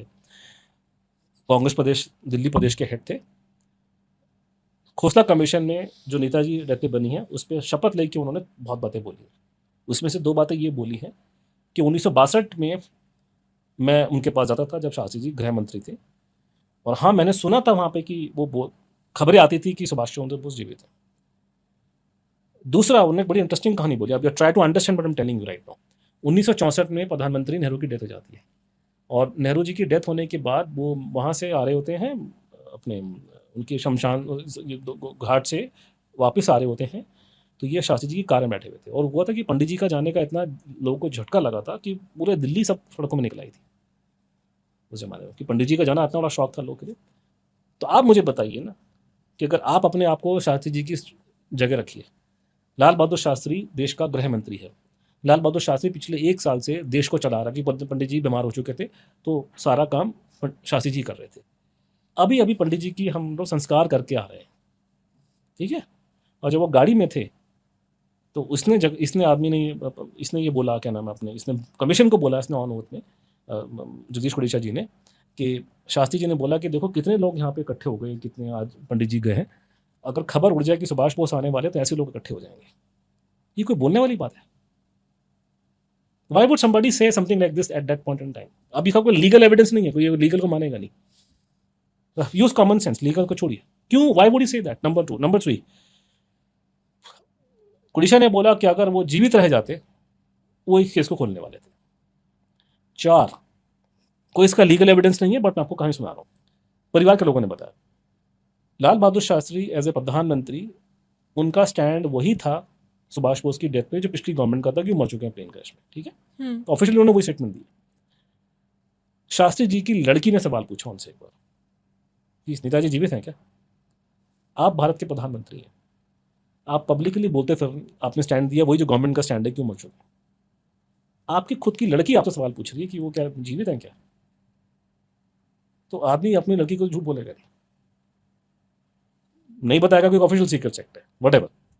तो उन्होंने घर वालों ने बताया मुझे कि जब उन्होंने सवाल पूछा, वो डेस्क पे बैठे थे, उन्होंने ऐसे चश्मे से ऊपर देखा, this is the response. He could have said ना he died in plane crash, वो तो पब्लिकली कह रहे हैं मर चुके प्लेन क्रैश में। जब उनको पूछा कि क्या वो जीवित है, तो देखिए दुनिया में नुआंसेस समझने की बात है। नुआंसेस क्या होते हैं? पब्लिक में बहुत स्टेटमेंट आते हैं, लेकिन नुआंस आपको समझना चाहिए उसमें। तो ये बातें निकल के आ रही हैं अजीब-गरीब सी। तो कुछ बातें हैं, लोग कहते हैं कि उनकी बात मुझे पता नहीं, I can't prove it, but these are things which are there. तो मेरा मानना है कि भारत सरकार को एक प्रॉब्लम इस केस में लेकर के ये कि अगर आप शास्त्री जी की बात रशिया से करोगे तो सुभाष बोस वाला केस भी खुलेगा। तो अब गवर्नमेंट को सुभाष बोस वाले केस से में, क्या दिक्कत है? सुभाष बोस वाले केस में वो अलग पॉडकास्ट है, वो आपको बता चुका। सुभाष बोस वाले केस में प्रॉब्लम आएंगी बहुत सारी। नहीं सर, तो इन दोनों केसेस को ओपन क्यों नहीं होने दे नहीं रही नहीं, मैं कह सरकार? रहा हूँ ना कि आपको, अगर आपने ये इसका शास्त्री वाले केस में आप कुछ नहीं कर सकते। आज के दिन में कहानी खत्म हो चुकी है, गवाह मर चुके हैं, ये कह रहे हैं हमारे पास में कोई रिकॉर्ड नहीं है। सबसे बढ़िया तरीका यही है कि आप रूस से सरकार से उनसे कागज मांगो कि तुम्हारे यहाँ मरे थे, तुमने रिकॉर्ड बना के रखे होंगे, तुम्हारे पास में KGB की फाइल हमको दे दो, ठीक है। ये हम करते नहीं, दुनिया भर की बातें करके आते हैं, ये दो वो दो, ये करो, दुनिया में शांति आ जाए। अफगानिस्तान में ये हो जा रहा है, वो तो इसकी बात करना, वो छोड़ो, अफगानिस्तान की चिंता वो कर लेंगे। आप दुनिया जहान भर की बातें कर रहे हो, आप ये भी तो पूछो जाकर के उनसे। तो ये नहीं पूछेंगे, उन्हें पता है कि अगर ये केस उछला, सुभाष बोस वाला केस खुलेगा। सुभाष बोस वाला केस अगर खुला तो वहाँ लपेटे में लोग आने वाले, क्योंकि वो डेड इशू नहीं है। ये तो कहानी खत्म हो गई सन 66। वो वाली कहानी तो बैठी है ना, वो तो आदमी यहाँ बैठा हुआ था, वो तो 50 बातें बोल के गया आपके बारे में।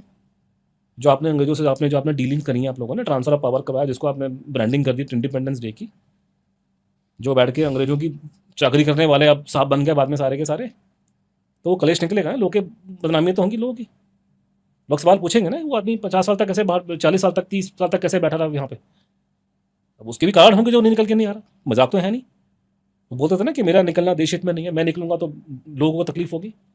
तो देयर आर मेनी इशू, तो दैट इज अ प्रॉब्लम। उस वजह से ये लोग नहीं पूछना चाहते, और जनता से कोई प्रेशर नहीं आएगा, क्योंकि ये मुद्दा जनता के लिए नहीं है, ये सिर्फ पढ़े लिखे बच्चों के लिए समझने के लिए। उनको इंटरेस्ट आएगा, और उनकी संख्या कितनी है? वोट बैंक तो है नहीं, वोट बैंक तो वही है जिसको पैसा मिलेगा 100 रुपये की, वो दे देंगे, वो ये योजना वो योजना, वोट उस पर मिलता है, वोट इन चीज़ों पर नहीं मिलता। बाकी नेता ने अपने बच्चों को अमेरिका में सेट करना, उसे क्या फर्क पड़ना? वो बातें बोलते कि ये कर दिया, वो बोल दिया, कर दिया।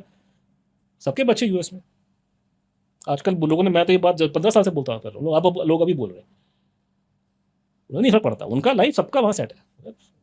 फैमिली यूएस में जा रही है, आपको स्टेटमेंट दे दूँ कि आपसे वोट लेने ताकि मैं यहाँ पावर में रहूँ, उनके पास टाइम नहीं है। तो 5-10 बड़े बड़े मेंबर ऑफ पार्लियामेंट नेता जाकर प्रधानमंत्री को पूछेंगे तभी काम करेगा, वो होगा नहीं इसमें, क्योंकि मैंने कहा वोट नहीं है इसमें, कोई ये वोट का इशू नहीं है। और अमेरिका में जैसे केस खोलता है उड़न तस्वीर, अमेरिका में लोग हमारे ऐसे नहीं है। वो किसी गुलाम नहीं रहे हमारी तरह ना, तो वो अलग कंट्री अलग लोग हैं, दैट इज़ अ प्रॉब्लम। तो ये कि इंटेलेक्चुअल है और थोड़ा फ़ायदा है कि पॉडकास्ट की वजह से। और हाँ, एक बात मैं बोलना भूल गया आपको, मुझे बात करते करते, तो विवेक जी का नाम लेना भूल गया मैं। मैंने आपको बोला कि ये, क्योंकि इस केस का मुद्दा उनका नाम लेना बहुत ज़रूरी है कि ये आज के ज़माने में हम डिस्कशन कर रहे हैं बिकॉज ऑफ विवेक अग्निहोत्री जी। मैंने साल 2009 में मैंने कहा ना आरटी एप्लीकेशन लगाई थी। उसके बाद में मैंने कुछ आर्टिकल लिखे इसके बारे में, जो मेरा मानना है कि बहुत अच्छे आर्टिकल थे उस ज़माने के हिसाब से।